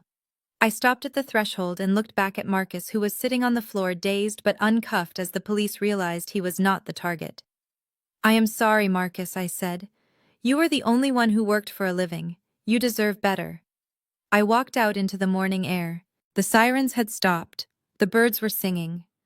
I got into my sedan, the only thing I had left that felt truly mine, and I drove away. I left them with the wreckage. I left them with the truth. And for the first time in 6 years, I felt light. I checked my brakes at the stop sign. They held firm. I smiled and turned onto the main road, ready to drive into a future that I owned completely. The room was a wreck of shattered glass and shattered lives, but I was not finished. The police officers were securing the perimeter, their radios crackling with static, but they paused. Even they seemed captivated by the unraveling of this domestic tragedy. Dante was wiping blood from his nose, looking at me with a mixture of hatred and confusion. He still believed in some twisted corner of his mind that he and Amber were star-crossed lovers who had simply made a mistake. He thought the murder plot was a desperate act of passion. It was time to kill that fantasy too. I pointed the remote at the television screen one last time. The spreadsheet of Dante's theft vanished, replaced by a mugshot. It was a photo of a woman who looked exactly like Amber, but younger, with darker hair and a harder expression. The name under the booking number was not Amber Ross. It was Sarah Jenkins. "Who is that?" Dante whispered, squinting at the screen through his swollen eye. "That is your soulmate, Dante," I said, my voice cutting through the tension. "Her real name is Sarah. And she is not a sweet girl from a difficult family in Ohio like she told you. She is a professional con artist from Florida with 3 outstanding warrants for identity theft and marriage fraud." Amber, or Sarah, went rigid. The tears stopped instantly. Her face went blank, the mask of the victim falling away to reveal something cold and predatory. She knew the game was up. I walked over to the TV standing next to her mugshot. "She targeted you, Dante," I explained, looking him dead in the eye. "You remember where you met? The upscale bar at the Ritz-Carlton? You were wearing your fake Rolex and bragging about your investment firm. She saw the suit. She saw the car keys on the bar. She thought she had found a whale. She thought you were a rich, successful black man she could bleed dry." I looked at Amber. She was staring at the wall, her jaw clenched. "But then she dug a little deeper, didn't she, Sarah?" I continued. "About 3 months into your affair, she stole your wallet. She ran your credit. And she realized the terrible truth. You are broke. You are a fraud, just like her. You have no assets, no liquidity, and a mountain of debt." Dante looked at Amber. "Is that true?" he asked, his voice breaking. "You went through my wallet." I laughed. It was a dry, humorless sound.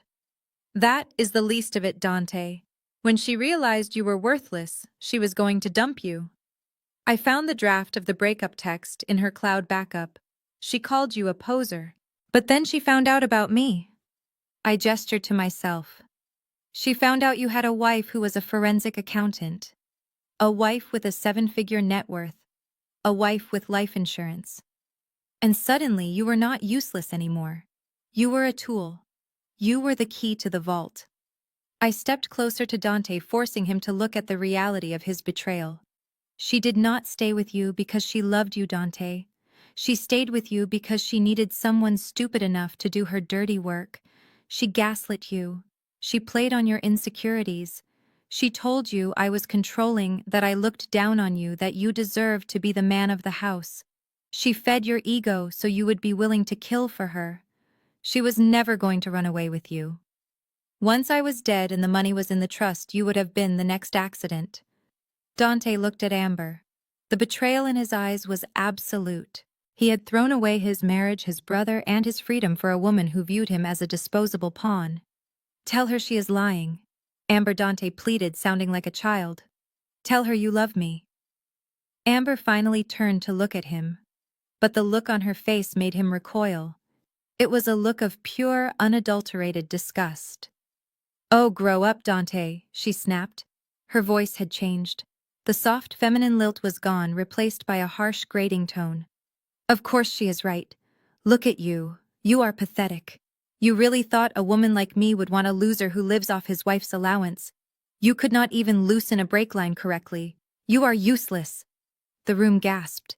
Even the police officers looked shocked by the sudden venom. You people are all the same. Amber continued, turning her rage on the entire room.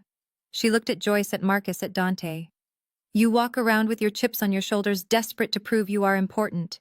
Desperate for validation. It was so easy to manipulate you. All I had to do was bat my eyelashes and tell you that you were a king, and you handed me the keys to the kingdom. You were practically begging to be scammed. She laughed, a cruel sound that echoed off the walls.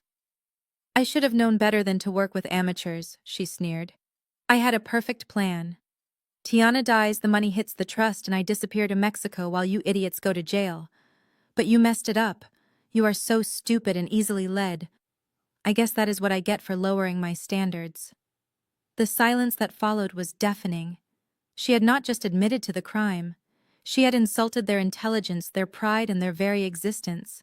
She had called them easy marks. Joyce let out a sound that was half scream, half growl. The woman who had spent years trying to be elegant, trying to separate herself from her roots, snapped. She saw the white woman standing there mocking her son, mocking her family, calling them stupid. The racial undertones of Amber's rant, the entitlement, the exploitation, it was too much. You devil, Joyce shrieked. My mother-in-law, a woman who usually moved with the stiffness of age and pretension, launched herself across the room with the speed of a missile. She did not care about the police. She did not care about her silk robe. She grabbed Amber by her blonde ponytail and yanked her head back. Amber screamed as Joyce dragged her down to the carpet.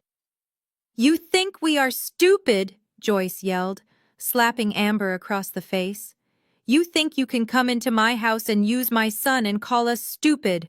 I will show you stupid. Joyce was a whirlwind of rage. She was beating the woman who had destroyed her family, venting years of frustration and humiliation. Amber tried to fight back, clawing at Joyce's face, but she was no match for a mother's fury. The police officers finally reacted. Hey, break it up, the sergeant shouted. 3 officers rushed in, pulling Joyce off of Amber. It took 2 of them to hold my mother-in-law back. She was still kicking, spitting at Amber, her wig askew, her eyes burning with hate. Get her out of here, Joyce screamed. Get that trash out of my house. The officers hauled Amber up. She was bleeding from her lip, her tracksuit torn. She looked at me with pure hatred, but she did not say anything else. The handcuffs clicked around her wrists with a finality that silenced her. Another pair of officers grabbed Dante. He did not fight. He hung his head, sobbing quietly. He looked at me as they dragged him past. He looked at the wife he had tried to kill, the woman who had just saved him from being murdered by his own mistress. I am sorry, Tiana, he whispered. I did not answer. I just watched. They dragged them out the front door, the flashing lights of the police cars illuminating their shame. The neighbors were watching phones out, recording every second. The fall of the Ross family was being live-streamed to the world. I stood in the center of the living room, surrounded by the wreckage. Marcus was sitting on the floor, his head in his hands. Joyce was leaning against the wall, breathing heavily, her rage turning into a hollow grief. I walked over to the TV and turned it off. The screen went black, erasing Sarah Jenkins' face. It is over, I said quietly. I looked at Joyce. She looked old. She looked broken. She had lost everything in the span of an hour. Her pride, her son, her home. You should start packing, Joyce. I said, my voice devoid of sympathy. The realtor is coming at noon. I did not wait for her response. I walked out the front door, past the police cars, past the gawking neighbors. I walked to my sedan and got in. I checked my reflection in the mirror. I looked tired, but I looked alive. I started the car and drove away, leaving the sirens and the screams behind me. I had exposed the truth. I had balanced the ledger. And now I was free. The chaos in the living room began to settle into a heavy, suffocating silence as the front door opened wide. It was not just a patrol officer who stepped through the threshold. It was Chief of Police, David Sterling. We had attended Howard University together 15 years ago. He had gone into law enforcement and I had gone into finance, but we had maintained a professional respect for one another. When I texted him 20 minutes ago saying there was an active conspiracy to commit murder at this address, he did not send a rookie. He came himself. David looked around the room, his eyes taking in the shattered china, the weeping mother-in-law, and the two suspects cowering in the corner. He looked at me standing amidst the wreckage in my tailored blazer, the only person in the room who looked like they were in control. Tiana, David said, his voice deep and authoritative. Are you injured? I am fine, David, I replied, walking toward him. I was careful not to step on the glass. But I would like to formally press charges. I reached into my purse and pulled out a heavy sealed evidence bag I had prepared before I left the office. Inside were two items that would seal their fate. The first was the SD card from the garage dashcam, the one that showed Dante loosening the brake lines of the Mercedes. The second was the digital voice recorder I had worn in the woods, containing the audio of Amber confessing to the scheme and Dante agreeing to dispose of my body. In this bag, I said, handing it to him, you will find video evidence of Dante Ross tampering with a vehicle to cause a fatal accident. You will also find an audio recording of Sarah Jenkins, also known as Amber Ross, conspiring to commit first-degree murder and insurance fraud. I have also emailed your cybercrimes division the digital trail of the fraudulent life insurance policy they took out in my name. David took the bag, his expression grim. He looked at Dante, who was trembling on the sofa, clutching his bleeding nose. Then he looked at Amber, who was staring at the floor, her face a mask of defeat. Officers, David commanded, gesturing to the pair. Take them into custody. The room erupted into motion. 4 uniformed officers moved in. 2 of them grabbed Amber. She did not fight. She knew the game was over. The arrogant con artist who had mocked my family just minutes ago was gone. In her place was a woman who knew she was going back to a cell, likely for the rest of her youth. She held her hands out for the cuffs with a practiced resignation, her eyes empty. But Dante was a different story. As the officers pulled him up from the sofa, the reality of his situation finally crashed down on him. The fantasy world he had lived in, where he was a rich investor and a ladies' man, evaporated. He was just a man who had tried to kill his wife and failed. No, wait, Dante screamed, struggling against the officer's grip. You cannot arrest me. I did not do anything. It was her. It was all her. He pointed a shaking finger at Amber. She made me do it. Dante sobbed, tears streaming down his swollen face. She told me Tiana was going to leave me. She told me we needed the money. I was confused. I was under a lot of stress. I never wanted to hurt anyone. David ignored him, nodding to his officer to tighten the cuffs. You have the right to remain silent, Mr. Ross. I suggest you use it. They dragged him toward the door. As he passed me, he dug his heels into the carpet, fighting to stop. He looked at me with eyes that were wide with terror and a pathetic, desperate hope. He thought he could still charm me. He thought the 6 years of marriage, the memories, the lies, still held some weight. Tiana, baby. Please. He begged, his voice cracking. Do not let them take me. I am your husband. We made vows. For better or for worse, remember. I looked at him. I looked at the man I had shared a bed with, the man I had supported, the man I had defended to my friends when they said he wasn't good enough for me. I felt nothing. No love, no hate, just a cold clinical detachment. You broke those vows the moment you picked up a wrench, Dante, I said quietly. He fell to his knees, forcing the officers to drag him up again. I was bewitched, Tiana, he cried, snot running down his face. She put a spell on me. I was not thinking straight. But I love you. You know I love you. I have always loved you. Please tell them to stop. We can go to counseling. We can fix this. I will do anything. I will sign a postnup. Just do not let me go to prison. The desperation in his voice was nauseating. He was bargaining for his life with currency he did not have. He was trying to sell me a love that had never existed. I signaled for the officers to pause for a second. I stepped closer to him, invading his personal space. I wanted him to hear me. I wanted this to be the last thing he remembered before the cell door slammed shut. I looked down at him, my expression unreadable. You do not love me, Dante, I said, my voice steady and sharp as a scalpel. You never loved me. You loved the house I bought. You loved the car I leased. You loved the way I made you look successful to your friends. I leaned in closer, my whisper echoing in the silent room. You are in love with my wallet, Dante. That is the only relationship you ever had. But unfortunately for you, my wallet has a smart lock, and you just got locked out permanently. Dante stared at me, his mouth open, the hope dying in his eyes. He realized then that I wasn't just a scorned wife. I was the person who had outsmarted him at every turn. Get him out of here, David, I said, turning my back on him. The officers hauled him away. He started screaming. Then a high, keen wail of a man who has lost everything. Tiana, Tiana, I love you. I love you. His voice faded as they dragged him out to the cruiser. The heavy oak door slammed shut, cutting off his cries. I stood in the silence of the aftermath. My mother-in-law was weeping softly in the corner, mourning the loss of her illusion. Marcus was staring at the floor, trying to process the betrayal, and I stood tall. I smoothed my blazer, checked my watch, and took a deep breath. It was done. The parasite had been removed. The infection was gone. I was alone, yes. But for the first time in a long time I was safe.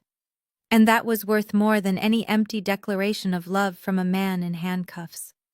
The blue and red lights of the police cruisers had finally faded from the windows, leaving the living room bathed in the harsh natural light of a Tuesday morning. The silence that descended on the house was heavy, broken only by the ragged breathing of the woman sitting amidst the wreckage of her life. My mother-in-law Joyce sat on her velvet armchair, the one she forbade anyone else from sitting in. She looked small. The imperious matriarch, who had spent 6 years looking down her nose at me, had vanished. In her place was a trembling elderly woman, realizing that her safety net had just been handcuffed and dragged away. I stood by the window watching the last police car turn the corner. I smoothed the cuffs of my blazer, checking for any specks of dust. I was composed. I was professional. I was done. Joyce finally looked up at me. Her eyes were red-rimmed, her makeup streaked down her cheeks in ugly black lines. She looked around the room at the shattered china cabinet, the mud on the carpet from Dante's boots, and the empty space where her son used to stand. She did not ask about Dante. She did not ask about Marcus. Her survival instinct, honed by years of pretending to be wealthier than she was, kicked in. Tiana, she croaked, her voice wavering.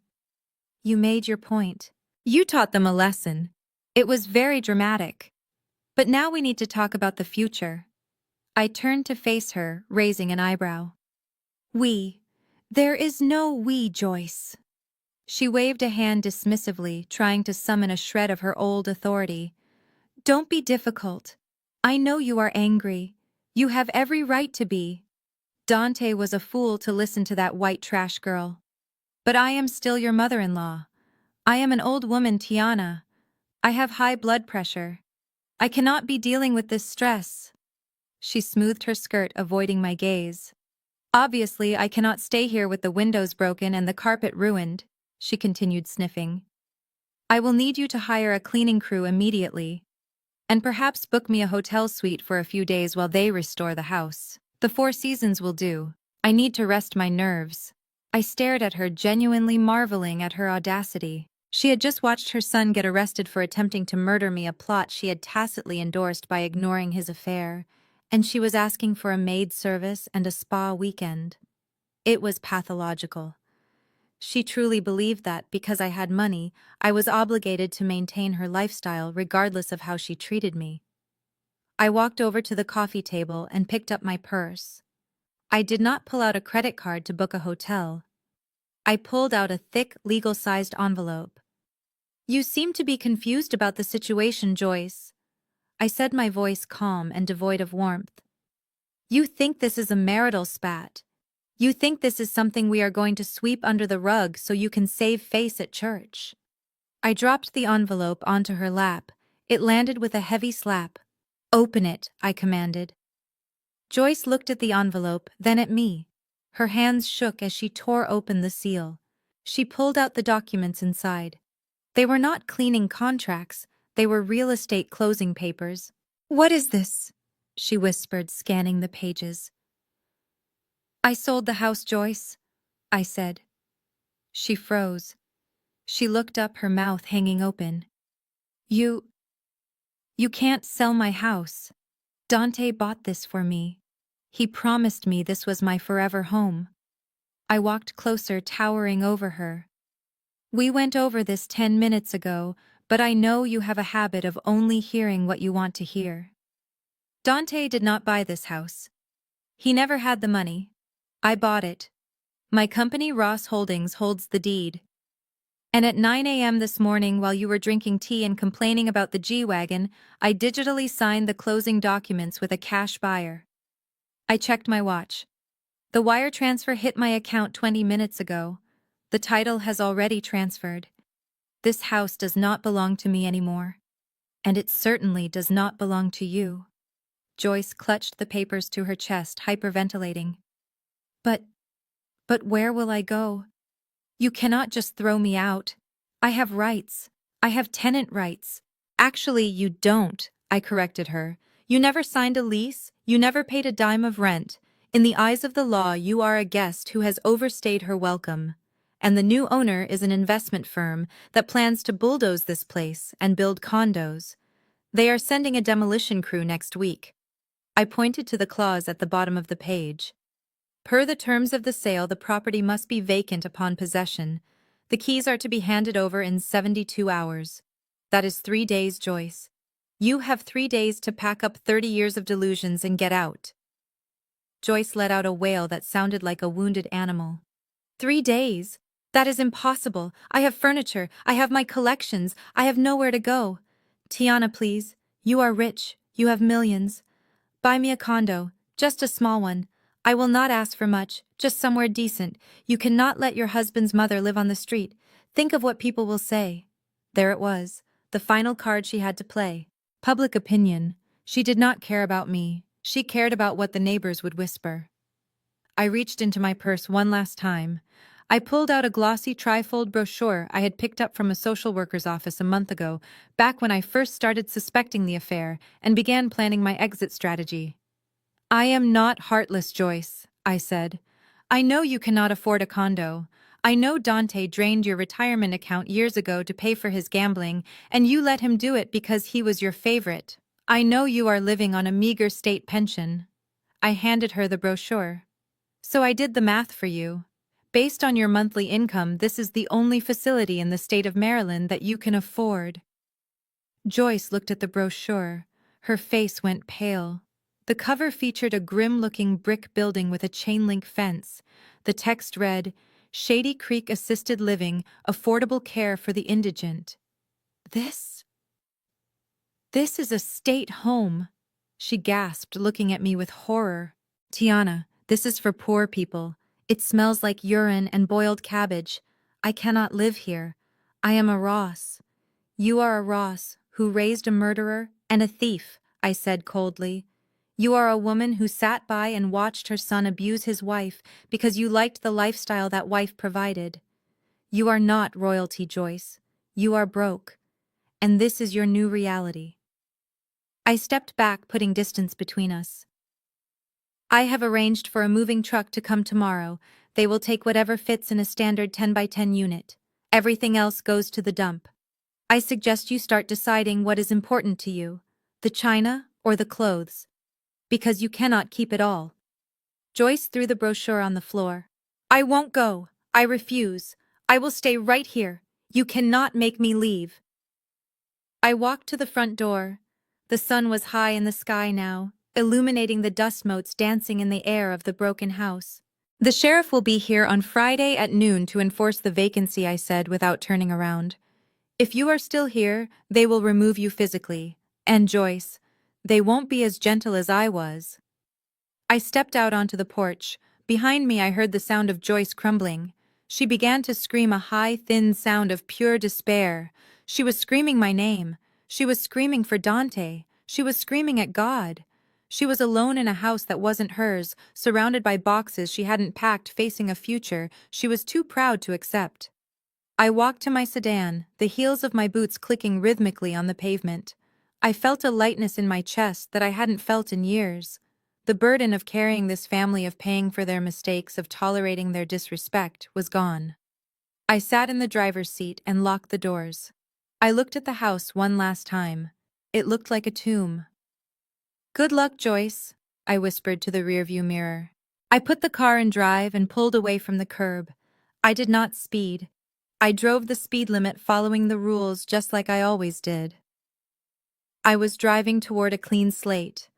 I checked my bank account on my phone at the red light. The wire transfer for the house sale was there. The insurance policy was canceled.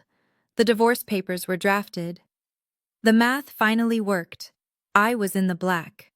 And they were all in the red. The visiting room at the state penitentiary smelled of industrial bleach and unwashed bodies, a scent that clung to the back of my throat the moment the heavy steel doors buzzed open. It had been 90 days since the police dragged Dante out of his mother's living room in handcuffs. 90 days since I had looked into his eyes.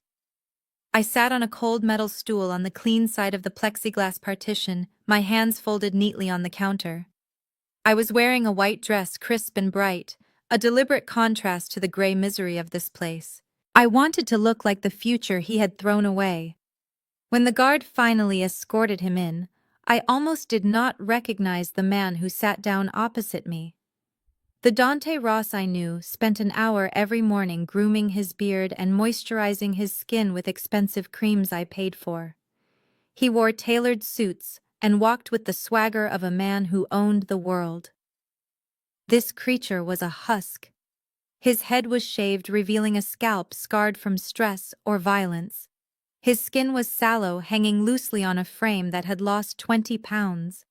The bright orange jumpsuit swallowed him whole, stripping away every ounce of the dignity he used to prize above all else.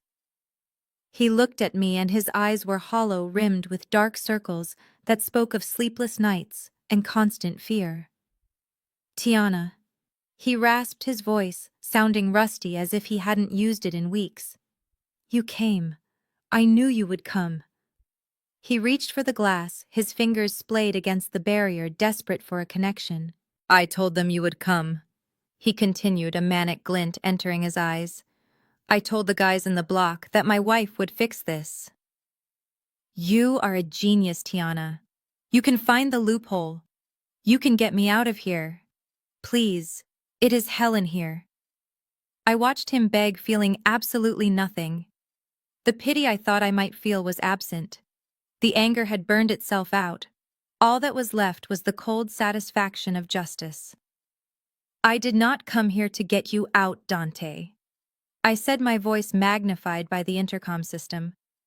I came here to close the account.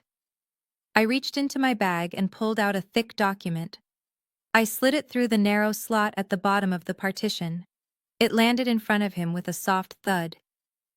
What is this? He asked, looking at the papers with confusion. It is the final decree of divorce, I stated. My lawyers drafted it. It grants me full retention of all assets, including the proceeds from the sale of the house and the cars. It absolves me of any spousal support obligations due to your incarceration for a violent felony, and it restores my maiden name. Dante stared at the document, his hands trembling. Divorce. But Tiana, we can fight this case first. We need to focus on the appeal.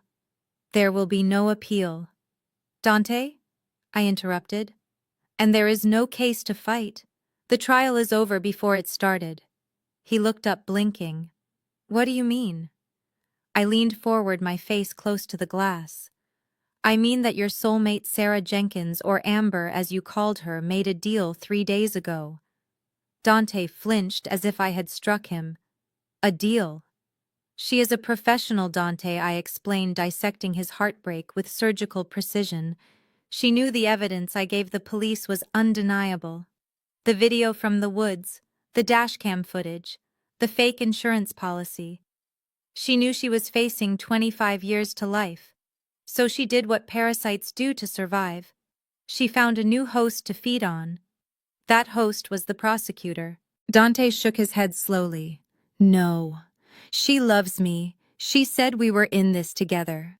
She sold you out, I said bluntly. She gave a full confession. She told them everything. She told them the brake line idea was yours. She told them you forced her to open the trust fund. She painted you as the mastermind, the abusive, controlling husband who manipulated a vulnerable woman into helping him kill his wife. She cried on the stand during her deposition.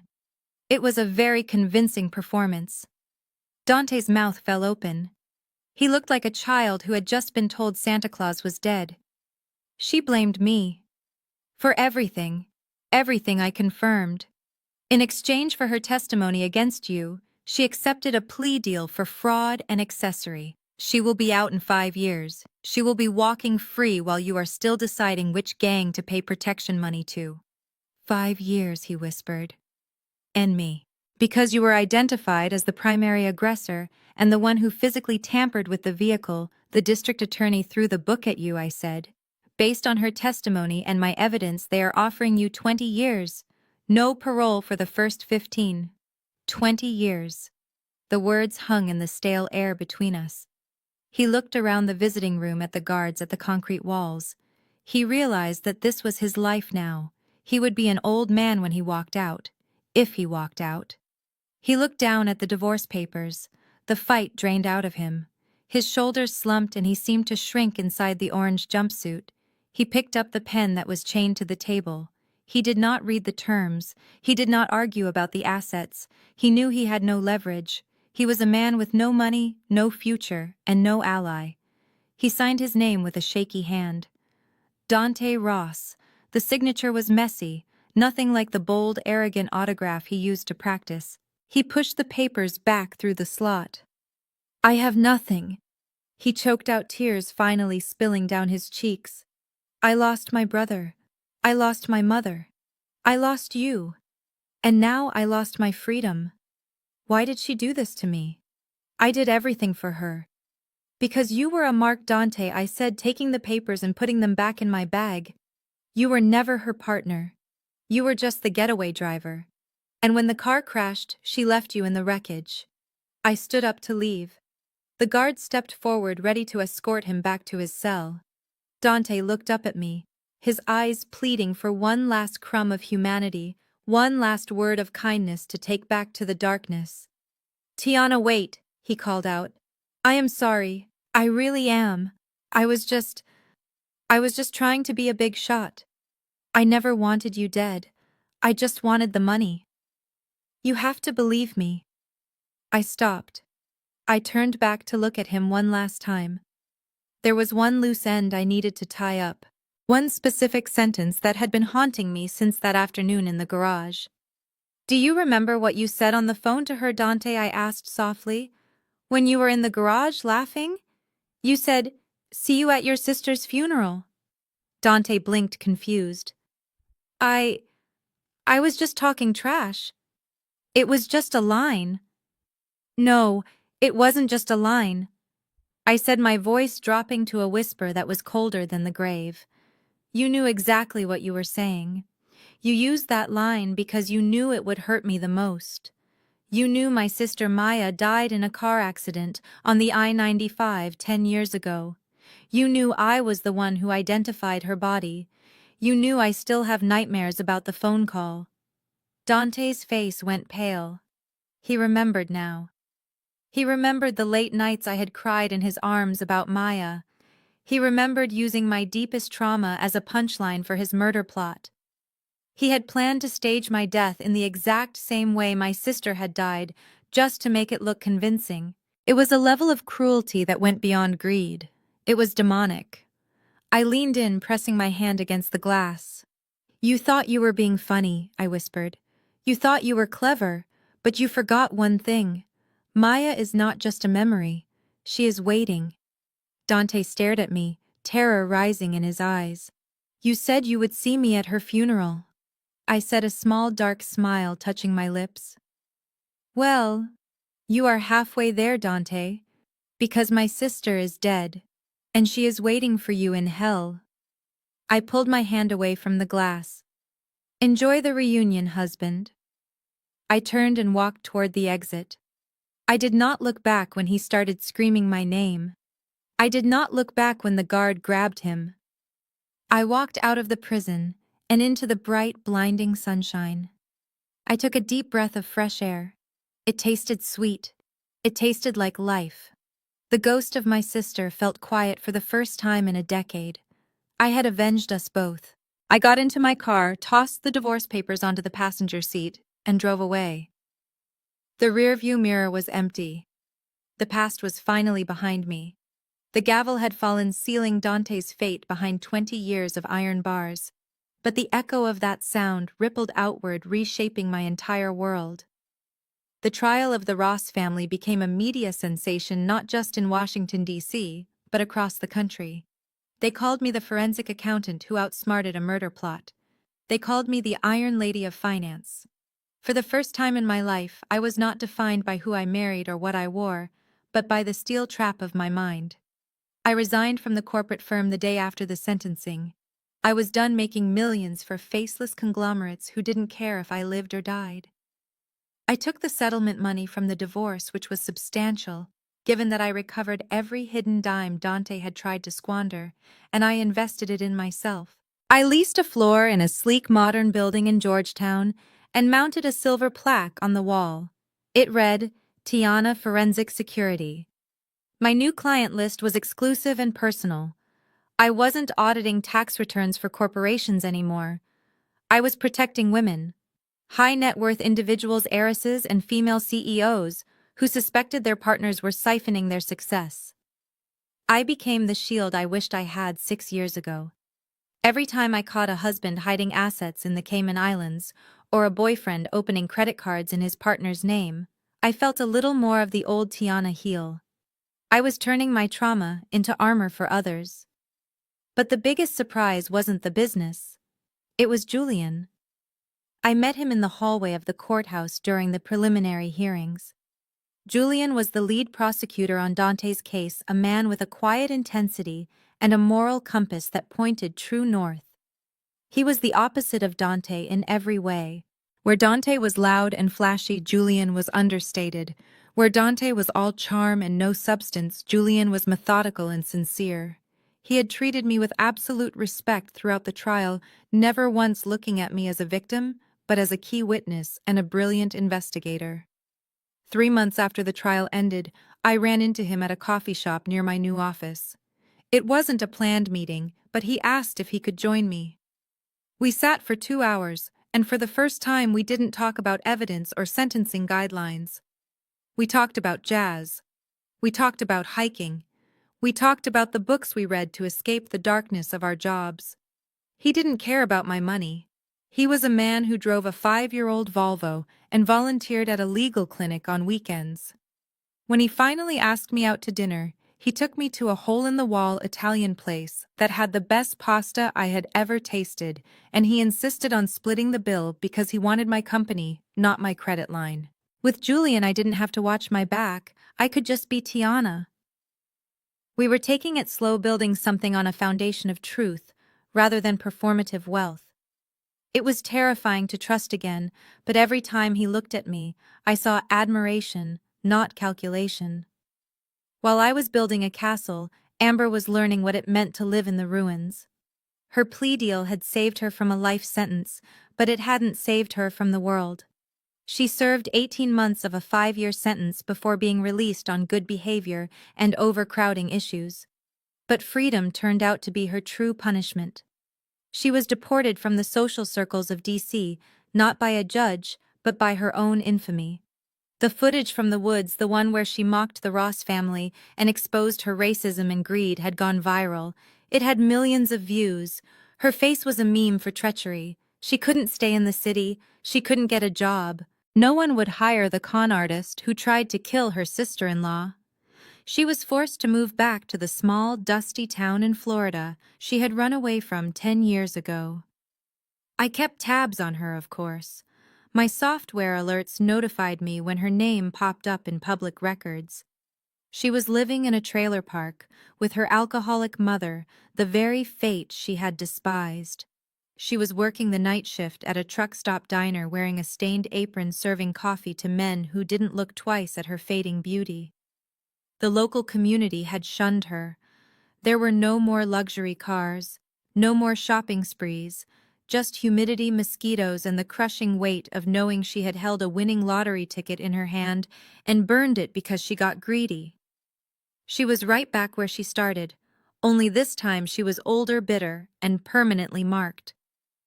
She had tried to steal my life, and in the process, she had completely erased her own. On a crisp Saturday morning in October, I decided it was time for the final ritual. I took an Uber to the luxury dealership in Bethesda. I walked past the SUVs. I walked past the family sedans. I stopped in front of a sleek silver sports coupe. It was fast, it was agile, and it was entirely impractical.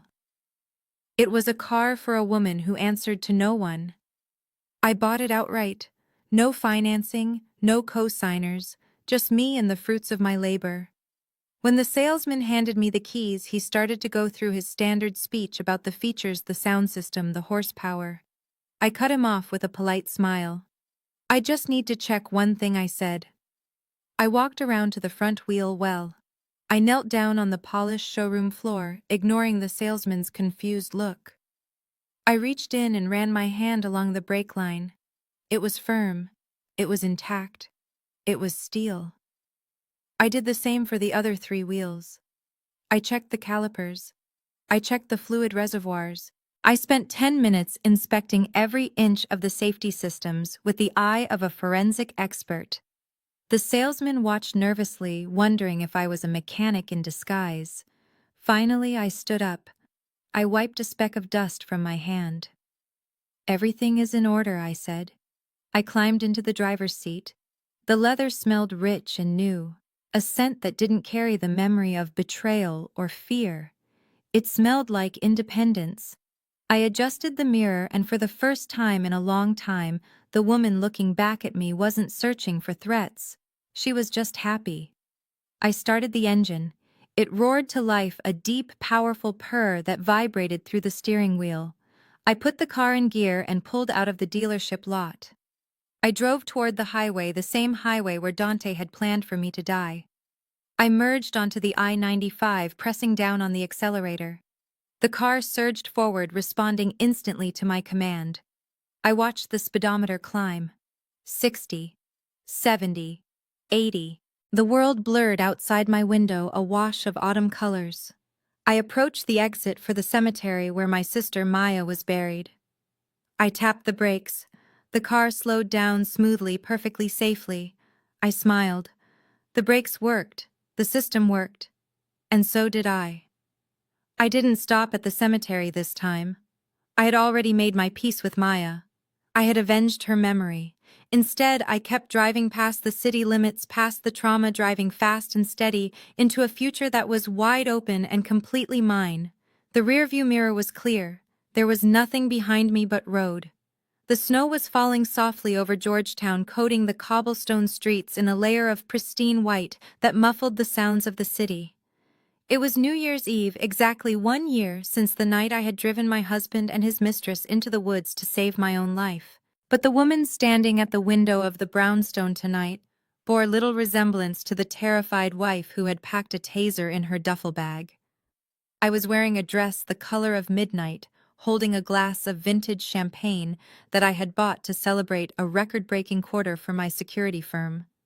The house behind me was filled with light and sound, but it wasn't the frantic, performative noise of the parties my mother-in-law Joyce used to throw. There were no social climbers looking for investment tips. There were no fake smiles hiding judgment. The room was filled with the people who had helped me rebuild the foundation of my life. David Sterling, the police chief, who had believed me when I walked into his precinct with a bag of evidence, was sitting by the fire laughing with one of my lead investigators. He raised his glass to me, a silent acknowledgement of how far we had come. My assistant, a brilliant young woman I had hired fresh out of college, was manning the playlist, filling the room with soulful jazz. And then there was Julian. He walked up behind me, wrapping his arms around my waist, resting his chin on my shoulder. He smelled of cedar and rain, a grounding scent that made my pulse slow down. He wasn't wearing a flashy watch or talking about his portfolio. He was just present. "It is almost midnight," he whispered, his voice warm against my ear.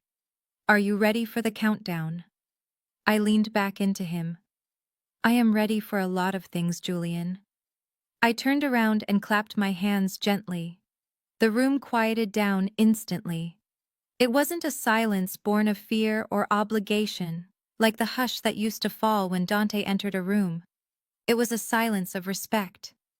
These were my friends, my allies, my chosen family. I looked at them, feeling a swell of emotion that threatened to spill over. I thought about the journey that had brought me here. The betrayal in the garage, the cold wind in the forest, the shattering of the glass in Joyce's living room, the loneliness of the empty house. I had walked through fire to get to this living room. Thank you all for being here. I began, my voice steady and strong. A year ago, I was fighting for my life. I was surrounded by people who viewed me as an object, a bank account, a means to an end. They tried to erase me. They tried to take my voice, my assets, and my future. I paused, looking at the fire crackling in the hearth. There is a saying I read once. I continued. It says that when you bury something, you assume it is dead. You assume it will rot in the darkness. My husband, his family, the people who betrayed me, they tried to bury me. They threw dirt on my name. They tried to put me in the ground, quite literally. I raised my glass, the crystal catching the light of the fire. But they made a fatal miscalculation. They forgot one fundamental truth about nature. They didn't know that I was a seed. A murmur of agreement went through the room. Julian squeezed my hand. "They buried me," I said, smiling, "and all they did was provide the soil for me to grow into something they could never control. So tonight, I am not toasting to survival. I am toasting to the harvest, to the new life we have grown, to the strength that comes from the darkness, and to the fact that we are still here standing tall while the weeds have been pulled. To the seeds," David shouted from the sofa. To the seeds, the room echoed. We drank. The champagne tasted like victory. The clock on the mantel chimed 12. Outside, fireworks exploded over the Potomac, painting the sky in bursts of red and gold. Julian kissed me, a soft, lingering promise of a year filled with truth and partnership. As the party wound down and the guests began to filter out into the snowy night, the house grew quiet again. The warmth remained settling into the furniture and the walls. I helped Julian carry the empty glasses to the kitchen. He stopped by the entryway table where the mail had been left earlier that day. "I almost forgot," he said, picking up a plain white envelope. "This came for you." It got mixed in with the holiday cards. I took the envelope. It was light, flimsy paper. There was no return address, just a stamp from the Department of Corrections. The handwriting was jagged and desperate, written with a dull pencil. It was Dante. I felt Julian stiffen beside me. "Do you want me to throw it away?" he asked. "You don't have to read it." No, I said. It is okay. I walked back into the living room and sat by the fire. I opened the envelope. Inside was a single sheet of lined paper covered in frantic scrawl. Dear Tiana, they moved me to a new block. It is bad here. I need money for the commissary. I need protection. Please, Tiana. I know you are angry, but you have so much. Just a few $100s. I am begging you. Mom won't answer my calls. Marcus blocked me. You are the only one who can help. Remember the good times. Remember when we went to Cabo. I still love you. Please. Just this once. I read the words and I waited for the old feelings to surface. I waited for the guilt, the pity, or even the anger. But there was nothing. It was like reading a letter from a stranger about a life I had never lived. He was still bargaining. He was still trying to manipulate me with memories that he had tainted. He was freezing in a cell begging the woman he tried to murder for snack money. It was pathetic, and it was finished. I did not fold the letter back up. I did not keep it as evidence. I did not show it to Julian. It didn't deserve to be shared. It didn't deserve space in my new life. I leaned forward toward the fireplace. The embers were glowing a deep, intense orange. I held the corner of the paper to the heat. It caught instantly. The cheap prison paper curled and blackened the flame, eating Dante's desperate words. I watched the word love turn to ash. I watched the word money disappear in a wisp of smoke. I dropped the burning page onto the logs. It flared up for a brief second, illuminating the room, illuminating my face. And then it was gone. Just a pile of gray dust at the bottom of the grate. Julian walked in and sat beside me. What did it say? He asked softly. I looked at the fire, watching the last spark die out. Nothing, I said. It was just a bill from an old account. But it has been paid in full. I rested my head on his shoulder, listening to the wind howl outside, safe and warm in the house that I owned and the life that I built. The ledger was balanced. The audit was complete.